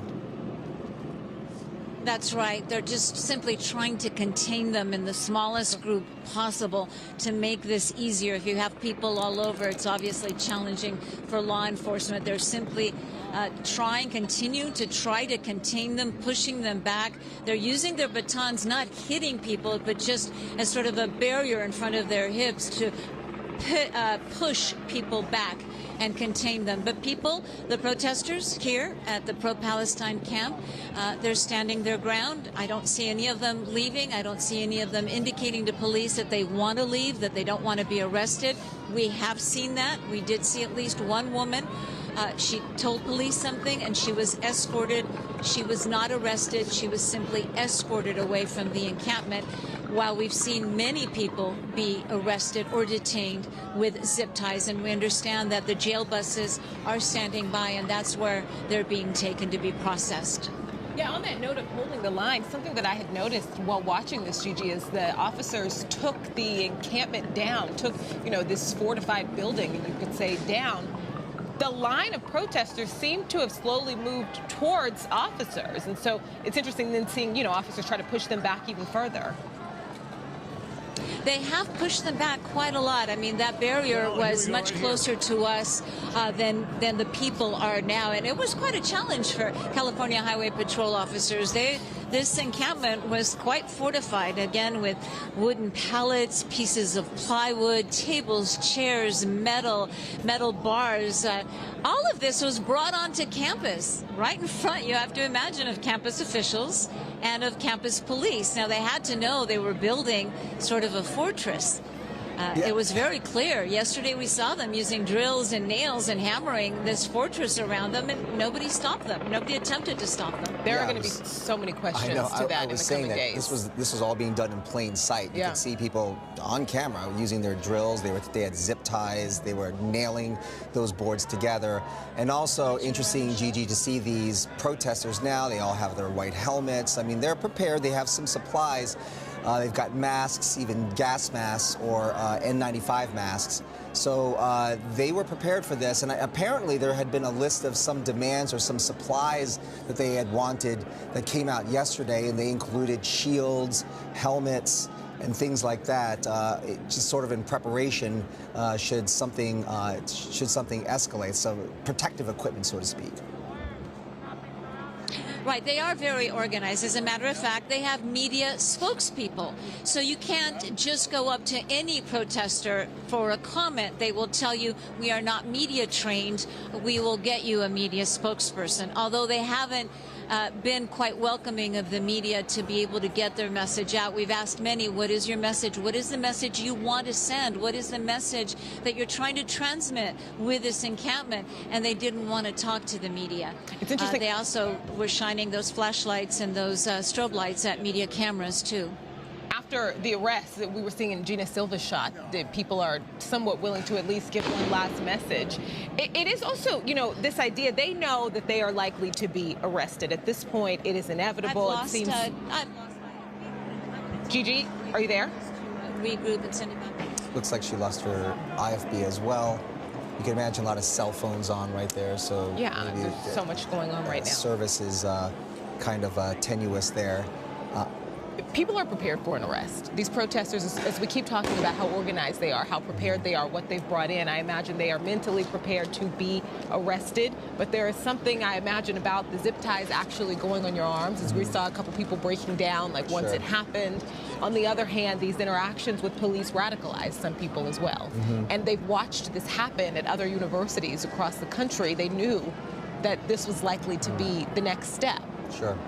And most of what, you know, we keep talking about whether or not these are students, but it does look, it appears as if many of the rest people that are being taken in are young people wearing UCLA gear, or just young people in general. I mean, I don't know if it even matters if they're students or not, but Yeah, there they are, standing face to face with officers. So this all unraveled overnight as officers finally decided to move in on the encampment in the early morning hours, about an hour and a half ago. And there was that large barrier that had been erected by these protesters that continued to build as the days and the hours went on. And we saw lots of supplies there that were taken in and had to be dismantled one by one. These protesters working over the past several days to not just erect, but to fortify that barrier using tools, drills, nails, zip ties, you name it, to make sure that they built a very strong structure. But officers came in, and there wasn't that much resistance on the part of protesters when those barriers were dismantled or being taken down. Absolutely. It pretty much went down peacefully. And, you know, and it's still pretty calm, you know, to a certain extent, you can see. But I imagine really volatile, many hearts beating right now, because it only takes one thing for a situation like this to become violent, to become chaotic. It's about perception at this point, because 100%. As it gets physical and you see officers moving these people back, if somebody falls, you don't know how the officer is going to perceive that, is going to take that. You don't know if someone on the other side is going to actually get physical. It just only takes one small thing for this to go from 4, you could say, to a 10. Right. We can only hope that it doesn't escalate into something that is a lot more dangerous or more violent. But all in all, it does appear that this is unraveling peacefully, and that these many protesters are being arrested without any incident. So it looks like this could take some time, because there's a lot of protesters there on the campus inside the encampment, more protesters also outside the encampment, as well as this standoff continues on the campus of UCLA. I think we're going to reset things here as we approach 20 seconds before the 5 o'clock hour. You've been watching continuing coverage on the campus of UCLA. Police now deciding to clear that pro-Palestinian encampment in front of Royce Hall. It began around 3:30 this morning, and officers moved in. They first dismantled that barricade, and then now are standing face-to-face, eye-to-eye with protesters. Bob DeCastro here, along with Brooke Thomas.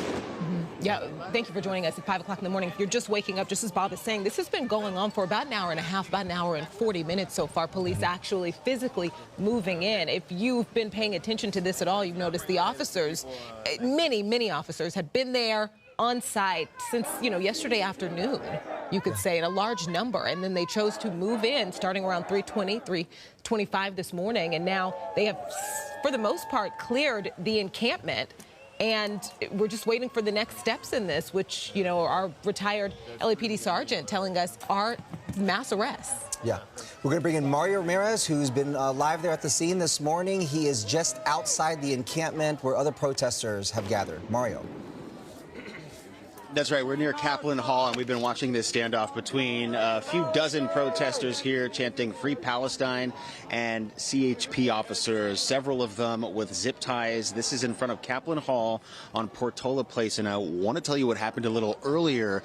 We saw what appeared to be an injured demonstrator being wheeled off on a stretcher here behind Kaplan Hall along Portola Place. We tried to show that as he was being taken to an ambulance, and some of the demonstrators pushed us back and unplugged the cord from the camera. So that's why we lost our shot a little earlier. But we did see someone being taken away by ambulance, appearing to be injured during the activity here overnight.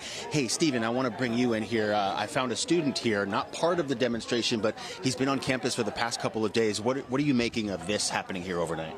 I mean, we can't go in between buildings. It takes a longer, they're changing now, but it takes a much longer route to get to our classes, and it's just very unfortunate. Yeah, I know yesterday UCLA officials announced classes were canceled. You're graduating soon. Yep. How has this really impacted you? I mean, I got to skip a midterm today, so that's awesome.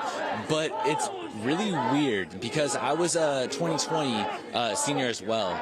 And so it feels like the same thing. It feels like, oh, you get a week off, which is what UCLA is doing throughout this entire week, actually, tomorrow and Friday.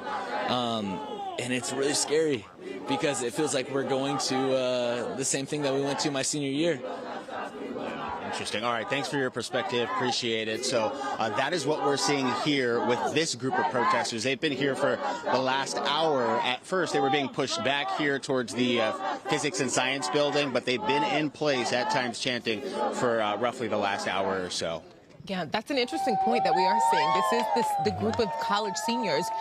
They're worried about their actual graduation ceremony being in jeopardy as this happens, across the nation. And this is the same group of seniors who were high school seniors, and that high school graduation didn't happen. Yeah, classes were canceled yesterday. It's, we haven't heard from UCLA or whether or not what's going to happen with classes today, but I can imagine that's in jeopardy as well. Graduation is not until sometime in June, so there's time for this to all play out before they get to any point of graduation. But it also presents another scenario here where you have students who he says he's not really part of the protest, that he's just watching. So you have people who are looky-loos or people who are standing by that are sort of in the mix of all of this, just watching things as they develop there on the campus as well. But, one thing that happens in a situation like this is not the first protest that we've seen just in the past, massive protests. We've seen many of them in the past, few years or so. And so one thing that happens is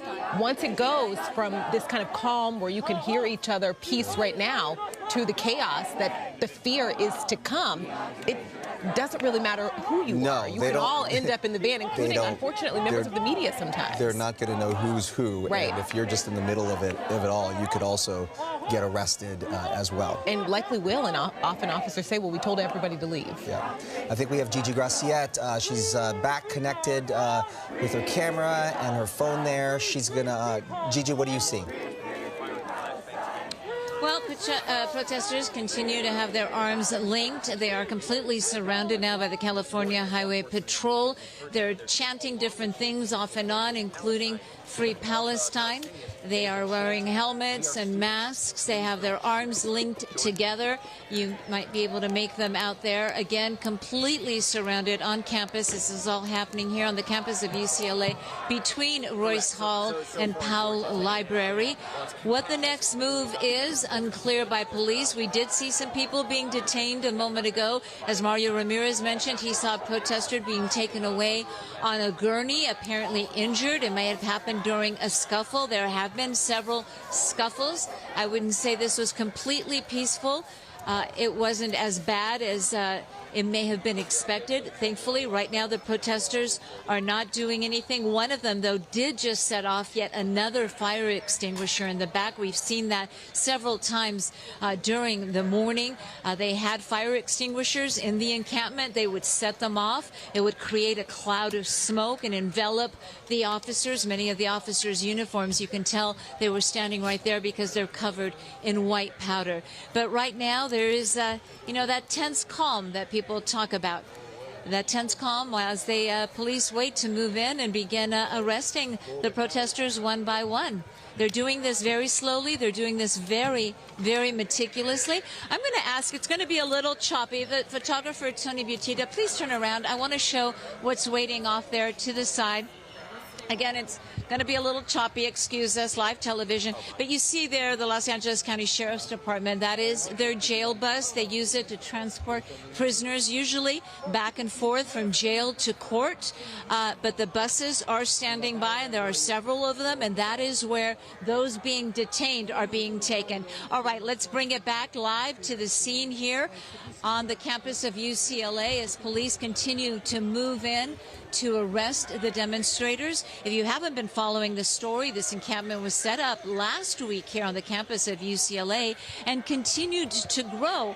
On Wednesday, the campus officially notified protesters that they did have the right to free speech. They also had a right to demonstrate. What they didn't have was a right to set up an encampment and also to stop other students from moving freely through campus. So this was more about the barricade, more about the encampment, more about students being stopped. At one point, we were told that the protesters were using an armband method of identification to make sure that they belonged in the encampment. And if you didn't have an armband, then you couldn't cross. Now, it wasn't a huge inconvenience for students, but they did have to go all the way around, and they were being stopped.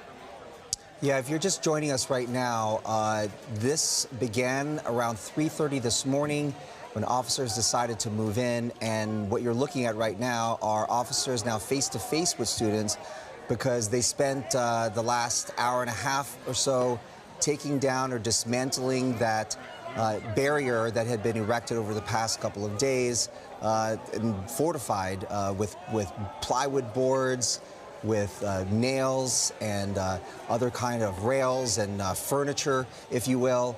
And all of that has now been taken out. And now we're waiting for officers to move in. We have seen some arrests being made. These are just being done, as Gigi said, meticulously, one by one, as they arrest one protester after the next.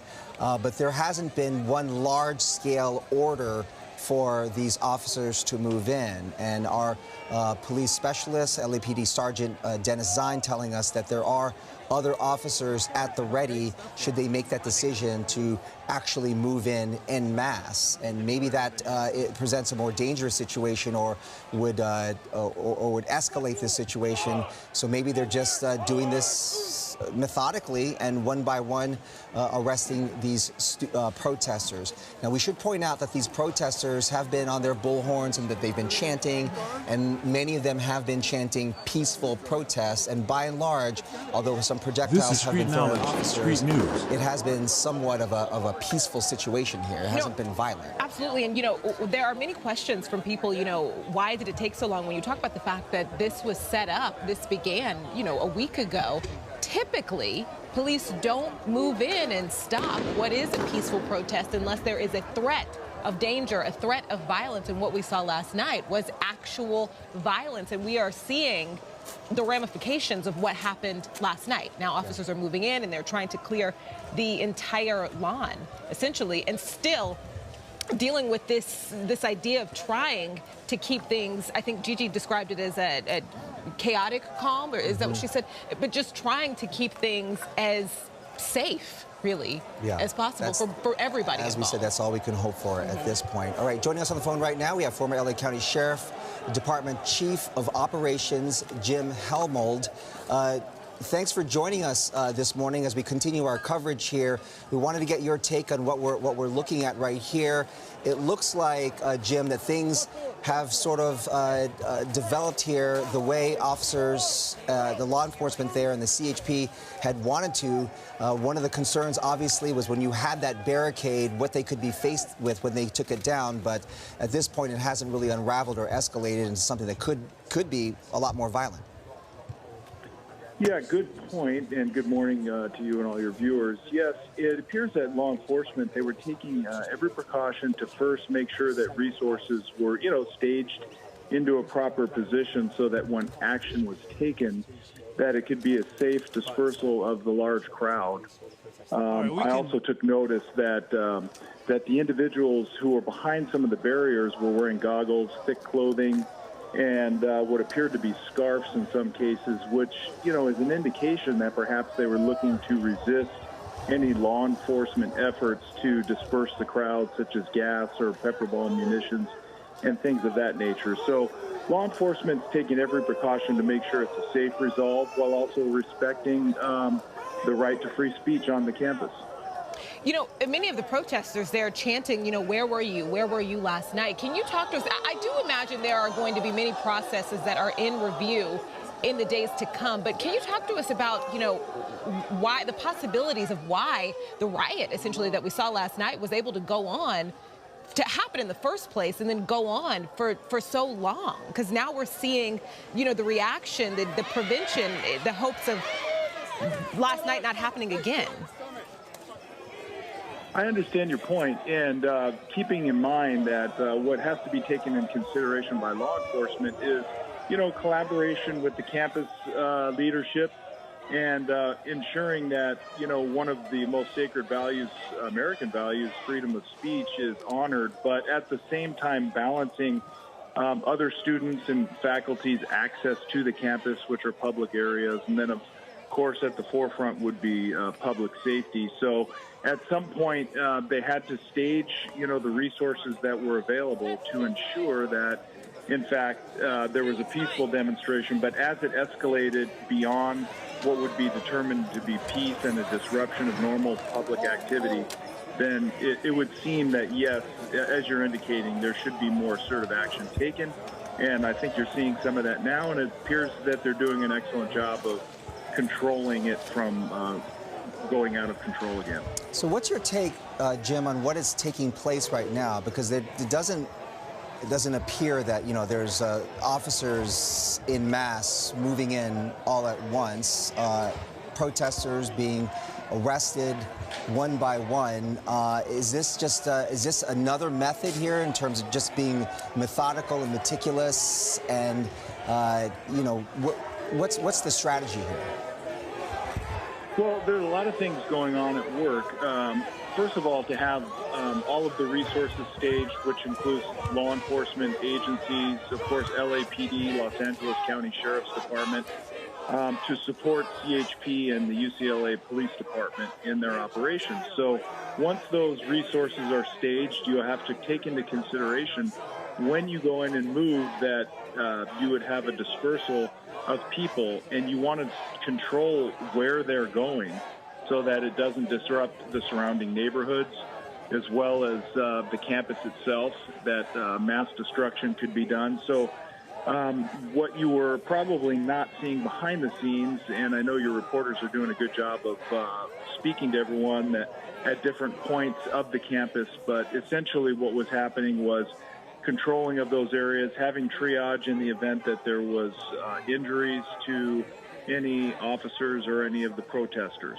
What you also see is they will tie themselves together physically using barriers, oftentimes, as we've seen in recent demonstrations in New York, where they're actually tying themselves together with cement and metal links. So you want to free them from those barriers, physical barriers, without causing injury. So you want to make sure that there is every action taken and every precaution taken for public safety while honoring that first right speech, freedom of speech. Jim, I just want to ask really quickly, what are some of the things that officers can see? Because, again, we're seeing a one-by-one arrest as officers are typically trying to keep things peaceful on one end. What are some of the reasons why they'll say, hey, no, you have to go?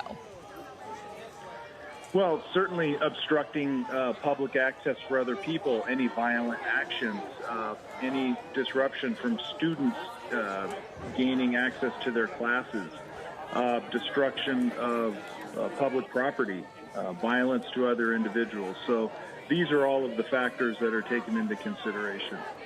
All right, Jim, we appreciate you being part of our coverage this morning. Chief of Operations for the former Chief of Operations for the LASD, Jim Hellman. We will check in with you later. We appreciate that. We're going to go to Doug Lazader, our Fox News correspondent in Washington, to weigh in on some of this. We've been saying, Doug, that President Biden has been keeping an arm's length from these protests that have been springing up across the country. Now, the center of these protests shifted now from the East Coast, where that protest at Columbia had been dismantled, now here to the West Coast at UCLA. And many wondering whether or not the administration is going to weigh in more on this. The president has really been trying to kind of straddle this issue, saying on the one hand that he does not support violent protests. On the other hand, he says people need to understand the plight of the Palestinians. You know, in recent days, though, and those were comments that he made about a week and a half ago, a lot has happened since then. And in the meantime, we've only seen written statements come out of the White House, and we've seen comments from the press secretary and other administration officials. But the president himself has been largely silent about these protests. I wonder if these images that we are seeing this morning, that you're showing there from UCLA, if this will convince the White House that the president just cannot wait any longer to talk about this. Now, the administration yesterday pointed out that he does have an event on Tuesday next week here on Capitol Hill, a Holocaust remembrance event that he is going to speak at. So at that point, this situation is almost going to have to be addressed, the rise of anti-Semitism in the country and so on. But it will be interesting to see if through the course of this day, the White House feels compelled to kind of deploy the president to talk about this kind of campus unrest. You know, it's also interesting. We've seen Republicans vocal saying that, you know, the president needs to speak on this. And you mentioned images. Yeah, there's, you know, kind of two different directions that this can go. And I imagine they're both going to be impactful. The images of these mass protests on one hand, and then also what we are likely about to see, images of mass arrests of many college students, many protesters. That's got to have an impact.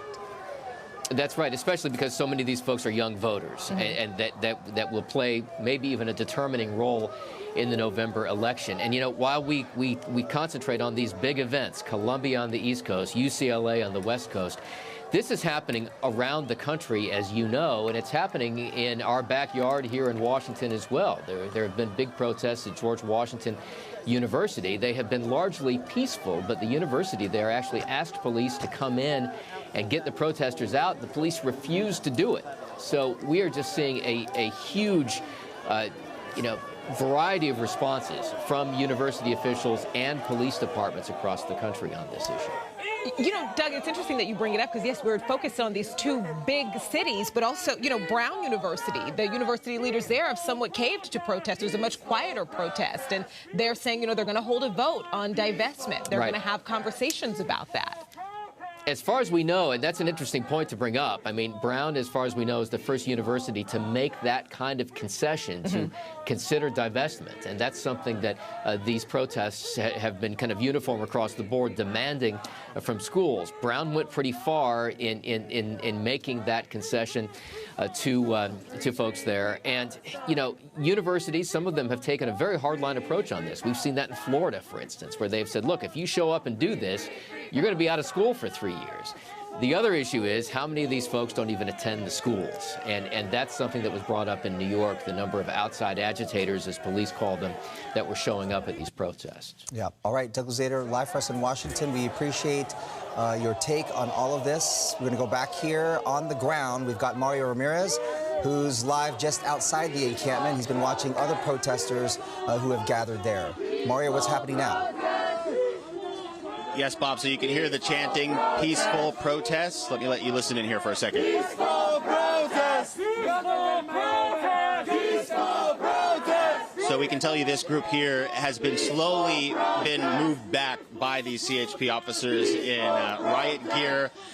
This group right now between Kinsey Hall or Kinsey Pavilion and the Music Library here on campus. We were just outside of Kaplan Hall, but they've moved us back slowly, and it seems like they are just trying to get more people away from that encampment as they continue to take down those barriers and dismantle that setup that's been up for a week now. And I will say, one of the protesters here just asked me what time it was, saying they've been out here all night, so you kind of get a sense that they are losing steam. Many of them have not slept at all. I want to just ask one of them. We don't talk to media. Yeah, I don't know if you could hear that, but we don't talk to media, so it's been very difficult. In the last live shot, we did talk to a student who said he was supposed to be taking senior pictures today, but that's been canceled. No access to the area where that was supposed to happen. But you can see this group of officers is slowly moving this group back. And I will say some of them have dispersed, trying to find another way around the campus. We heard them earlier shouting, more cops are moving in from the back. More cops are moving in from the back. And a large amount of them dispersed around the corner. So it seems like they're trying to figure out different ways to access that encampment. But from here, they are being pushed back farther and farther. Every couple of minutes, this line of law enforcement moving a few steps forward, pushing them back here. Yeah, Mario, where you are, outside of the encampment, this has been going on for more than 2 hours at this point. So how far have they been able to move these protesters back where you are? I would say at first it was 100 to 200 feet. Now it's probably double that. So they have been able to make some progress moving them off of Portola Place. We initially were at Portola and Dixon Court near the encampment, and now we're in one of the courtyard streets here on campus, again, between the Music Library and Knudsen Hall. So they have been able to slowly but surely move them back step by step. All right, Mario, thank you. We're going to check in with Gigi Graciette now. Gigi, I believe, is actually inside the encampment now with some of the last protesters left. Gigi, what's going on where you are? We are inside the encampment. There are probably less than 3 dozen protesters left now being taken into custody. And being inside the encampment, you get a real idea of what's been going on here. I mean, they are very well organized we just saw a bin with probably 1,000 batteries in it. Batteries for their flashlights, batteries for their lanterns that they've been using. It is quite the setup. We're going to show you more of that later on. Right now, you are looking at the last set of protesters. Again, probably 3 dozen of them left being taken into police custody as that pre-recorded message continues to play, telling people that they are in violation, that this encampment is unlawful, citing the different penal codes that they are in violation of right now. And you can see flashlights, batteries. I'm going to leave that right there. Just the different signage. They have a hand washing area. Very interesting, Gigi, that, it's hard to tell from these pictures on the ground because we see, the wall of officers, the protesters locking arms, but only 3 dozen really protesters left.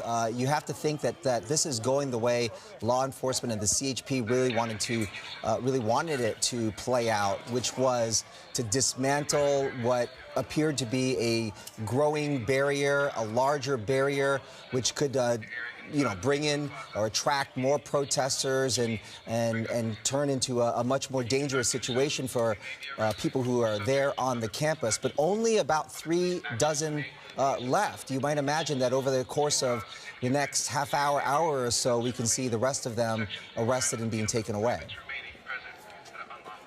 That's right. And all in all, it was peaceful. It could have been, it sounds like a cliche, but it could have been much worse. A young lady being taken off campus now wearing one of those orange safety vests, something that a lot of the protesters were also wearing. And as photographer Butita to pan this way, here it says protection kits for 6 p.m. tonight. Knee pads. We actually saw a lot of knee pads being thrown in the air. Ponchos, umbrellas, face shields, lights, flash and wipes, rags, goggles. Viva la resistencia, power to the people, long live the resistance in Spanish written. But this is apparently where they were coming for their supplies in preparation. There's one of those orange safety vests that we saw a lot of the protesters wearing. And you see helmets, you see the goggles, you see masks, food. They have a bathroom section. There you can, there's a huge pile of Kirkland toilet paper. You see the helmets they were wearing, and there's one of those safety vests that were brought in. They had a lot of support, There's wipes, more facial wipes and sanitary wipes, flashlights, packages of flashlights and gloves. Almost all the protesters were wearing gloves in addition to the helmet. There's another young man being taken, saying Free Palestine is the message that they have. There's a young woman being taken away. The California Highway Patrol taking the last a few dozen protesters that were left standing, the last men and women left standing here in this encampment. What they did was they circled around him. They continued to make that circle smaller and smaller and smaller, and now they have him up against Powell Library. You can see the scaffolding. Apparently some construction was being done here at UCLA, and they've spray painted and they put up letters, Free Palestine. UCLA, I can't read that, something about genocide, a lot of signage, a lot of messages spray painted on the wall here, and of course the Palestinian flag, which we've seen many of them. And here comes a young woman who appears to want to walk backwards for some reason. You know, or is being walked backwards, unclear why. Gigi, you know, you said it was cliche, but I think it was a really important point to make that, you know, this has been, for the most part, peaceful as things can be under the idea that there are officers there kind of standing off with protesters. But in many other situations that we have seen like this, officers have essentially said, you know, we had no other choice but for things to get violent between us and protesters. But here, the decisions that they've chose to make, the process that they've followed, there hasn't been much violence, if any. That's right. The worst things that we saw, a few umbrellas being thrown at police officers, those fire extinguishers that were set off, one or two may have been thrown towards the officers. A couple of chairs came flying, bottles of some type of liquid were thrown, but really nothing massive, nothing, you know, all in all. And they've been chanting peaceful protest, and it's important again to note, according to UCLA, the message to the students is we will facilitate your right to free speech. We will facilitate an area for you to demonstrate, but you can't have this encampment blocking the campus because other students have a right to have access to the campus. Well, I think that was one of their that was one of their goals, Gigi. I'm sorry. It was just to dismantle this barricade, and given what happened yesterday with the violence that took place between pro-Israel and pro-Palestinian protesters that escalated, you know, this could have been, or could turn into a much more dangerous situation if this encampment grew and grew and grew. And you know, one of their goals was to certainly dismantle the encampment, or dismantle at least the barricade, which it looks like they are successful in doing this morning, as they arrest some of those final protesters who were digging in there inside the encampment this morning. We're going to check in now with Mario Ramirez, who is also there on the ground. He is just outside of the encampment. As we know, more protesters were also moving in on the outside, and officers there were standing off as well. Mario, what's going on? Hey, Bob, yes, they've moved us about another 50 feet from the last time we checked in. We're now by the inverted fountain here on UCLA's campus, just outside the music library. And we can tell you the students here, or the group of people here appearing to be students, chanting, "Our university, why are you in riot gear? There's no riot here." So they're standing strong, linking arms, but they have been pushed back quite a bit.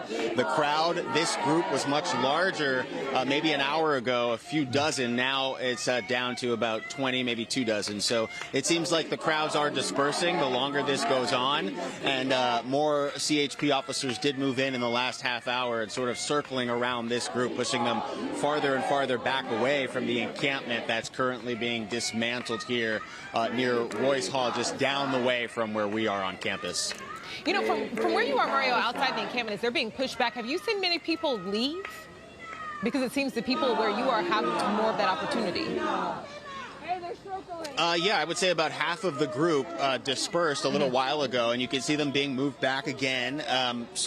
We think that many of them may have gone around to the other side of campus. Of course, there's more law enforcement blocking other areas, but that seems to be their tactic, is going around trying to get other access. But you see the line of police moving here, and it seems like they're trying to move around Kaplan Hall here, or Knudsen Hall, to try and circle this group so they don't go down this way. But that seems to be their plan here, is to circle this group and slowly push them away, farther and farther away from the encampment. And it looks like they're headed towards the street where we saw one of the protesters being taken by ambulance a little earlier. So they're moving little by little, but it is working, and they are getting these students to move back slowly. Well, it looks like they're also dispersing students, Mario. We're 2 hours now into this when officers decided to move in, and from what Gigi was saying, she sees maybe 3 dozen, so obviously now less than 3 dozen people there in the main encampment area.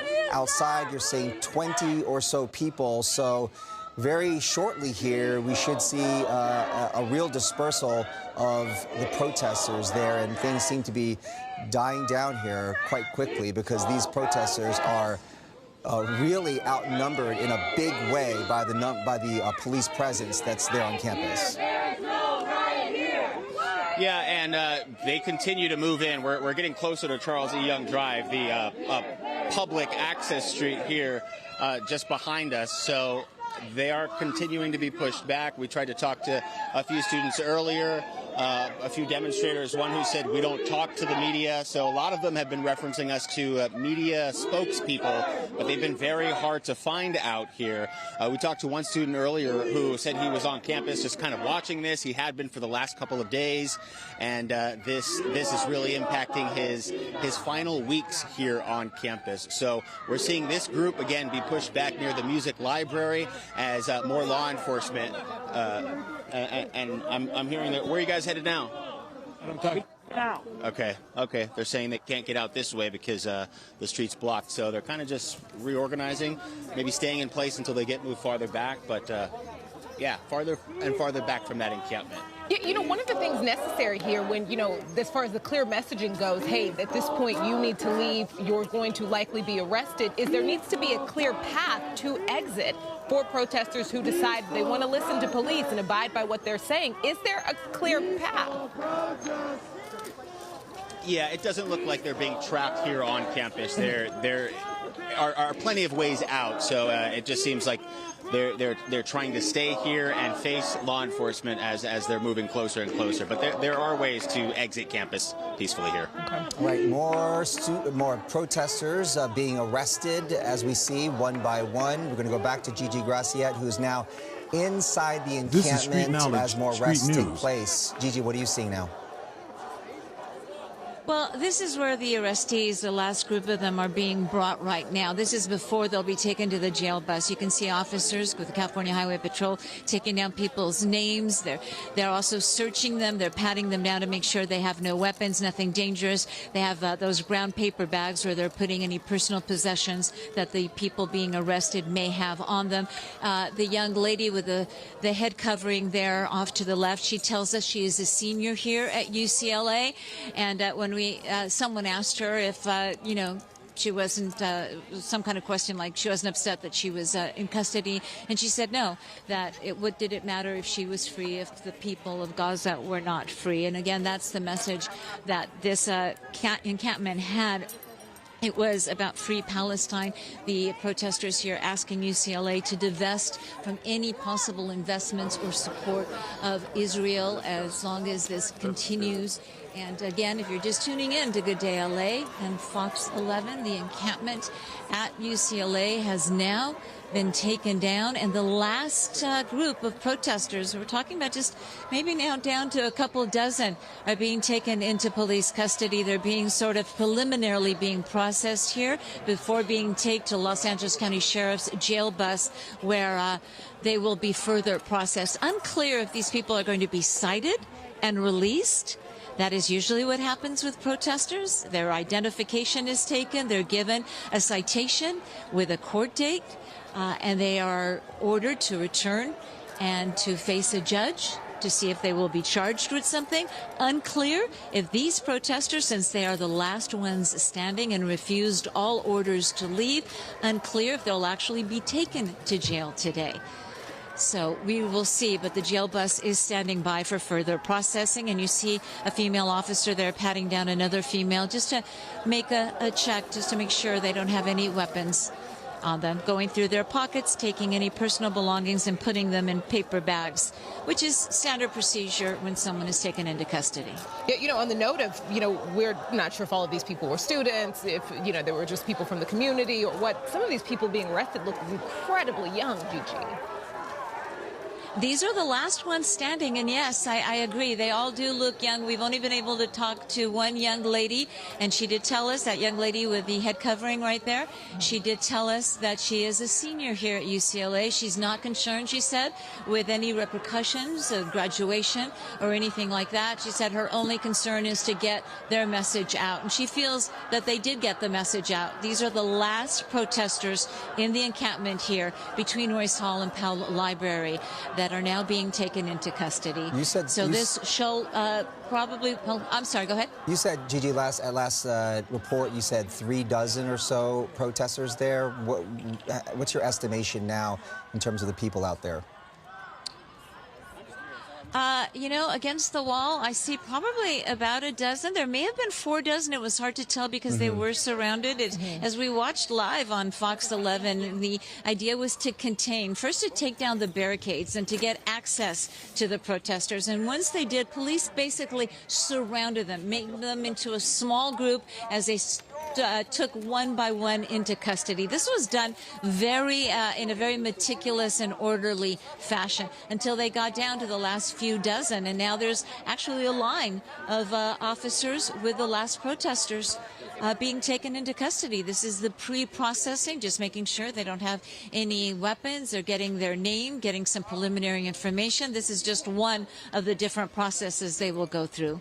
And, you know, Gigi, it seemed to happen pretty quickly. We went from seeing, you know, basically 2 lines, protesters linking arms, holding the lines, officers slowly pushing them back, to an almost empty encampment. Did you see any more people, besides the initial woman that you saw, any more people choosing to just walk out and leave on their own? We saw only one woman basically give up, basically say, you know what, I want out of here. She talked to a CHP officer, unclear what she said to him, but she said she wanted out, and they escorted her right out. Let's listen to see what this protester has to say. Appreciate it. This is Peter, a graduate student here at Peter, UCLA. what is your message, and are you a UCLA student? My message is free Palestine. That's why we're all here. And this is an attack on democratic rights. This is outrageous. First they throw a fascist mob at us, now it's send the riot police. Are you a student here at UCLA? Yes, indeed I am.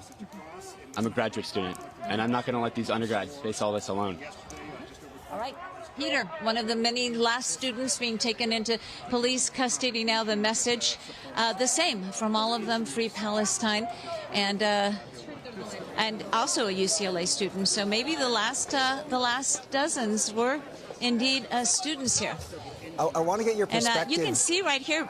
Gigi, I want to get your perspective. Go ahead. Because this all began in terms of those officers moving in 2 hours ago, and certainly when I stepped into the newsroom here, you know, everybody was unsure. It was kind of a tense situation given what happened before when you had protesters and other pro-Israeli protesters facing off with these protesters in the encampment, you know, escalating into violence. So no one was really sure at that point what was going to happen and how this was going to all play out. But just your perspective now on how things have played out over the morning. This took place over the course of 2 hours so far, and it looks like we have our last protesters being arrested here. All in all, it was by and large peaceful. Yes, it was a much different sight than what we saw here, and that was the clash between pro-Israel protesters and pro-Palestinian protesters. That was extremely violent, and we saw a lot of people with some serious head injuries. There were bats, there were poles, there was bear spray, there was mace. That was just a horrible night, and that really prompted officials to finally act. That prompted officials to say, okay, we can't risk this happening again. And there are going to be a lot of questions. There are a lot of people asking, a lot of LA City Council members, a lot of county supervisors, a lot of politicians asking for the state of California, for Rob Bonta, the Attorney General, to launch a full investigation into the response of police on Wednesday night into Thursday morning. Excuse me, today's Thursday. Tuesday night into Wednesday morning. Where was campus police? Why didn't they call in for mutual aid assistance from other agencies if they were outnumbered? A lot of the people here said they simply allowed the violence to continue for hours and there was no police presence. So you can bet there's going to be a lot of investigations. There's a lot of anger that the students weren't protected and that there was no law enforcement here. I mean, a lot of people are saying that. We also watched it. We've video of fireworks being thrown, punches being thrown, furniture being thrown, you know, back and forth, and it went on for quite a long time. That is going to absolutely be something that multiple different agencies are going to have to answer to. Mm-hmm. And then from here on out, as these final protesters are being taken into custody, the university is going to have some decisions to make in terms of giving these protesters a safe place that also keeps in mind that you're going to protect the students as well, give them access to their buildings so that they continue on with their matriculation, that they will have another space for them to you know, to use their First Amendment right and be able to protest peacefully on campus.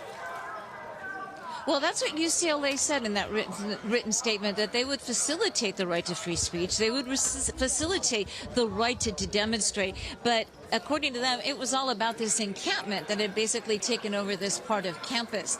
So we shall see. I don't think it ends here.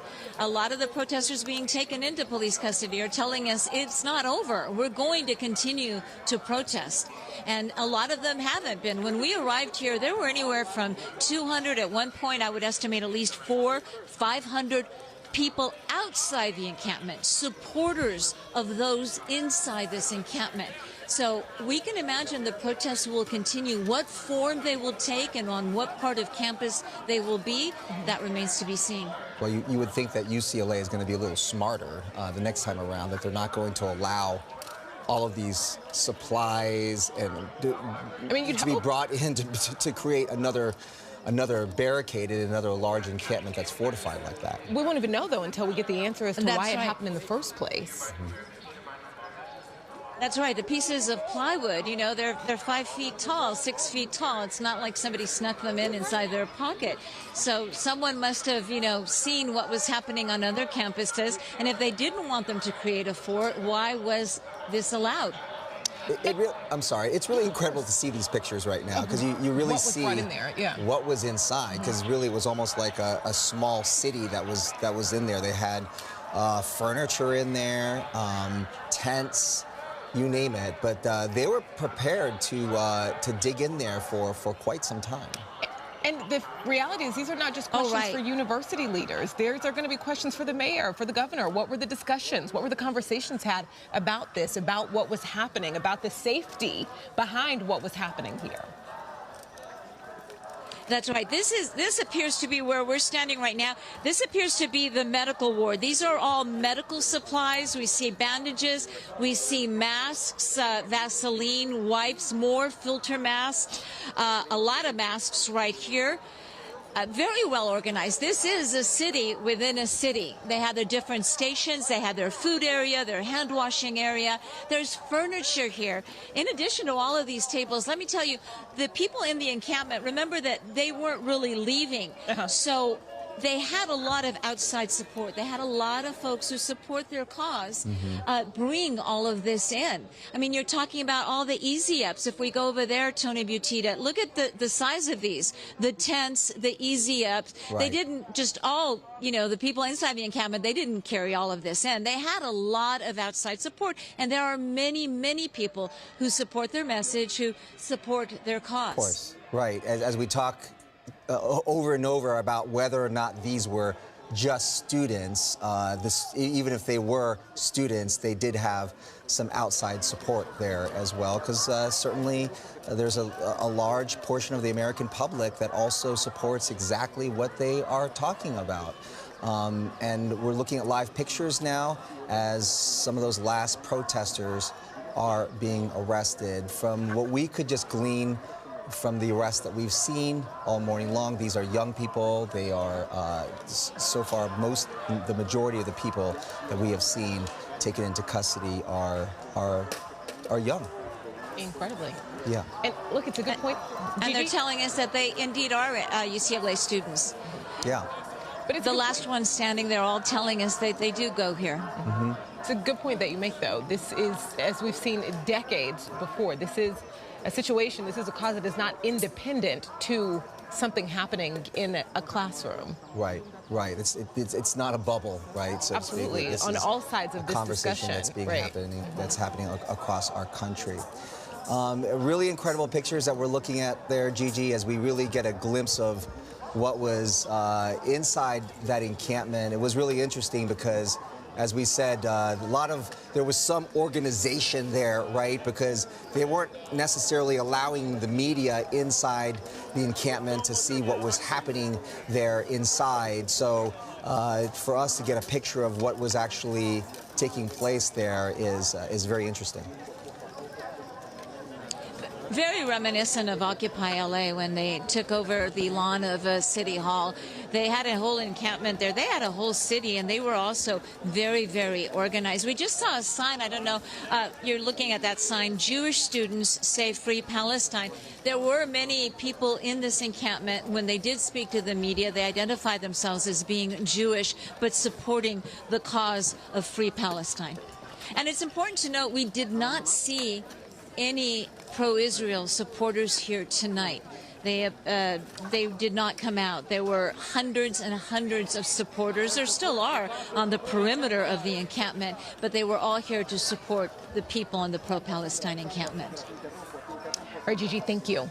Well, soon after police started to disperse the demonstrators in the UCLA encampment, police started using non-lethal projectiles to help break up the protests at about 3:30 this morning. Our Gina Silva was on scene explaining, what they were doing as it happened.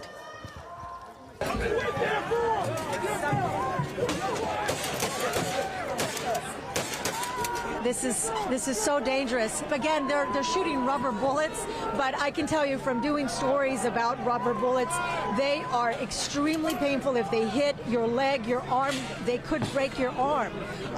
But they're trying to get into this encampment to get everyone arrested and out of this encampment. Again, the students were warned about this over and over. We were near the encampment for hours, and we kept hearing that speaker, the recording, letting them know what was going to happen, and they had time to leave, avoid this type of situation. And as far as we know, almost everyone stayed.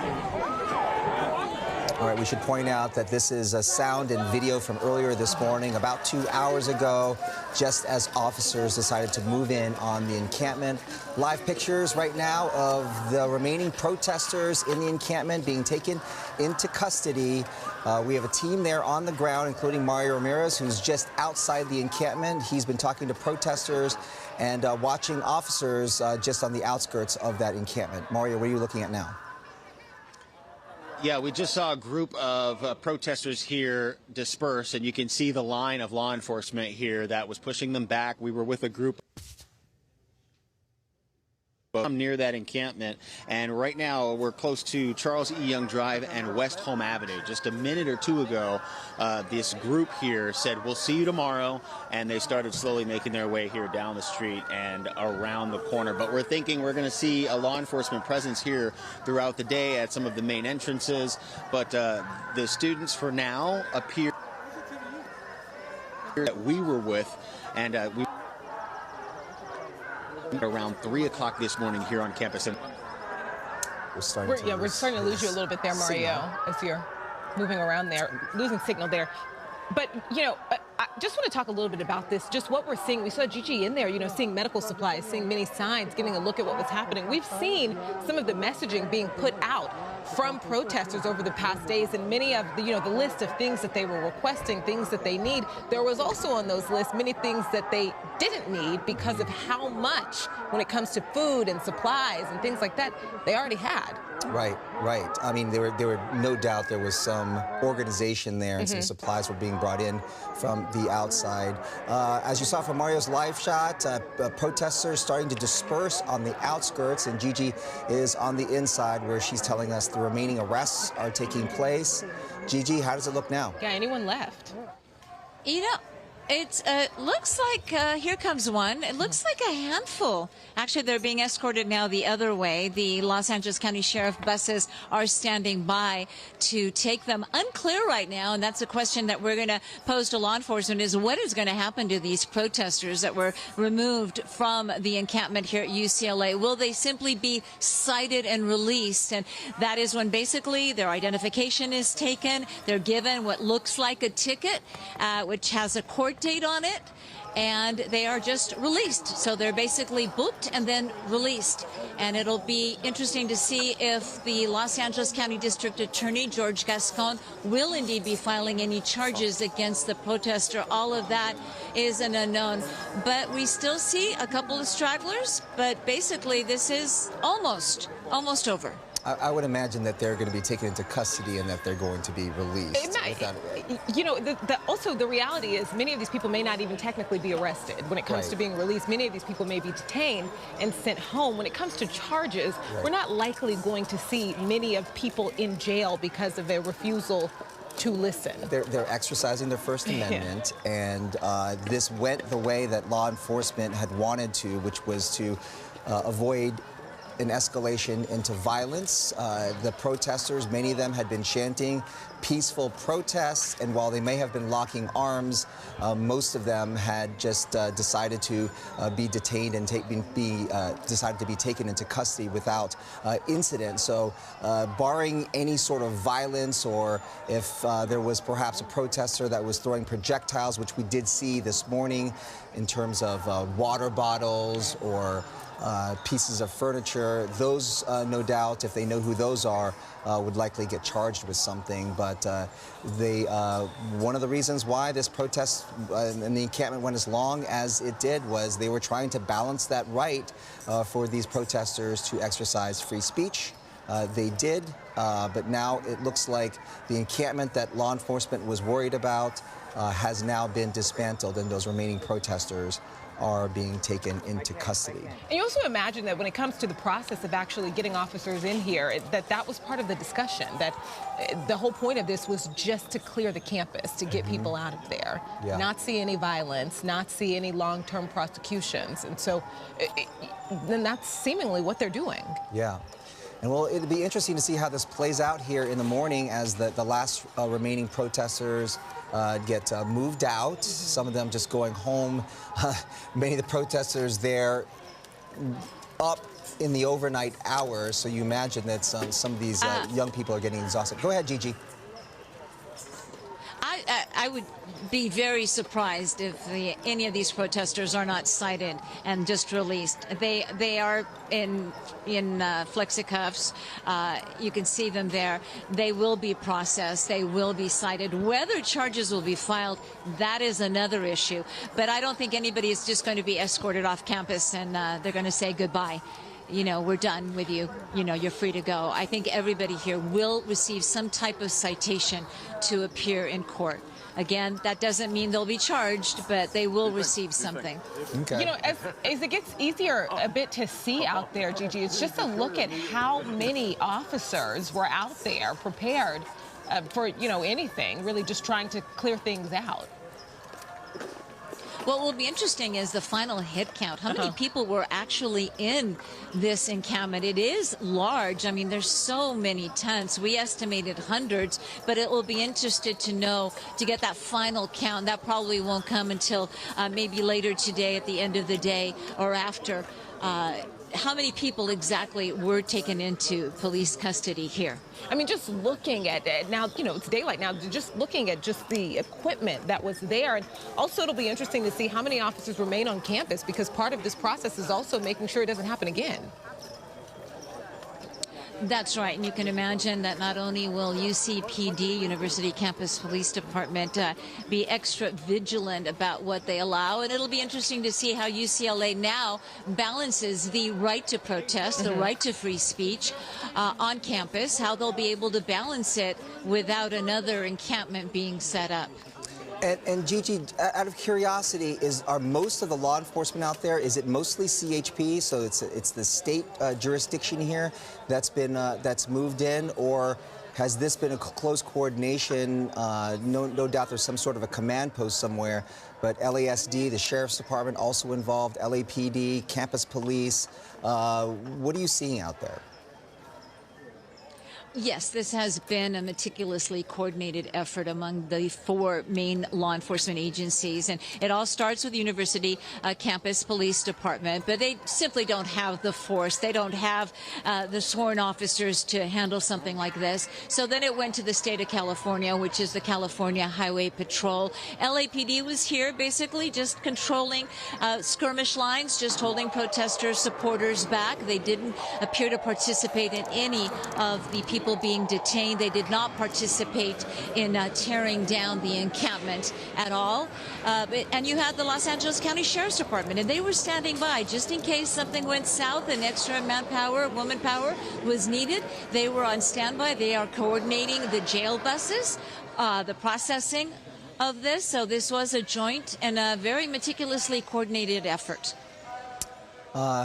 Just looking at what we can see, look at this, because you know, and also the perspective of how interesting it is seeing how much was left in there is that we saw for hours how much officers were getting out of there as far as materials, pieces of wood, furniture, different things like that that they were actually throwing pretty far away from it. And so just getting a look now that the people have been moved out is just how much was still in there is jarring. It is. This is a box of books. We saw some QR codes and said if you're bored, scan this code and you can read about Palestine. You've got all the different tents, the blankets, the amount of helmets. You've got all the food. They had a lot of food. A lot of supporters would send food. We saw food delivery people arrive, with cartons of pizza for the protesters. They certainly enjoyed a lot of support, not only from students, even faculty members. There are many faculty members across the country that supported their students and what they were doing. Well, we saw many of them identifying themselves as students, and many of them, as you talked to that one protester, identifying himself as a graduate student who also joined in as well. So a group that was growing, concerned that this would grow even further as the days went on, and that is the reason why law enforcement decided to move in after this did unravel and escalate into violence between counter-protesters on the campus. There was also concern about the access there, and you can see how close that is to Royce Hall, which some students said they tried to get into to try to get to class and were denied access by some of those protesters. But all of those barricades, the plywood boards, the furniture, that big wall around the encampment has been taken down, and for the most part, it was taken down without incident, but certainly taken down in a dramatic fashion. When we saw those officers move in, it was a very tense situation, not knowing what they would be facing. Protesters themselves chanting peaceful protest, and for the most part, what we saw play out here this morning was by and large peaceful, with the exception of some projectiles that were being thrown at some of the officers as they were trying to move in. Absolutely. And, on that note, when it comes to, as far as there's going to be many questions to this point and that point, there are also going to be things to look at and questions as to how this was able to stay peaceful, why this didn't get violent. Look at this picture here in front of Royce Hall now, because I had asked earlier whether or not officers were able to access that, but this is what some of those protesters did. Those barricades also formed in front of Royce Hall and in front of the entrances there to prevent anyone from going inside. And you can see some of the property there has also been defaced as well. Oh, and both sides of this. On one hand, the protesters were trying to keep agitators out of the encampment. On the other hand, there were many people, many students saying, hey, listen, paid to go to school here. This is my campus too. I should be able to move as freely as I want throughout this entire place, and I don't like what it looks like, how it feels, that I'm being told I can't go somewhere on my campus. All right, we're approaching the 6 o'clock hour here on Good Day LA. I didn't really hear what the producer had said. Are we going to? Obviously, we have Jen and Melvin here to the side. And thank you for watching our digital media, and thank you for your support.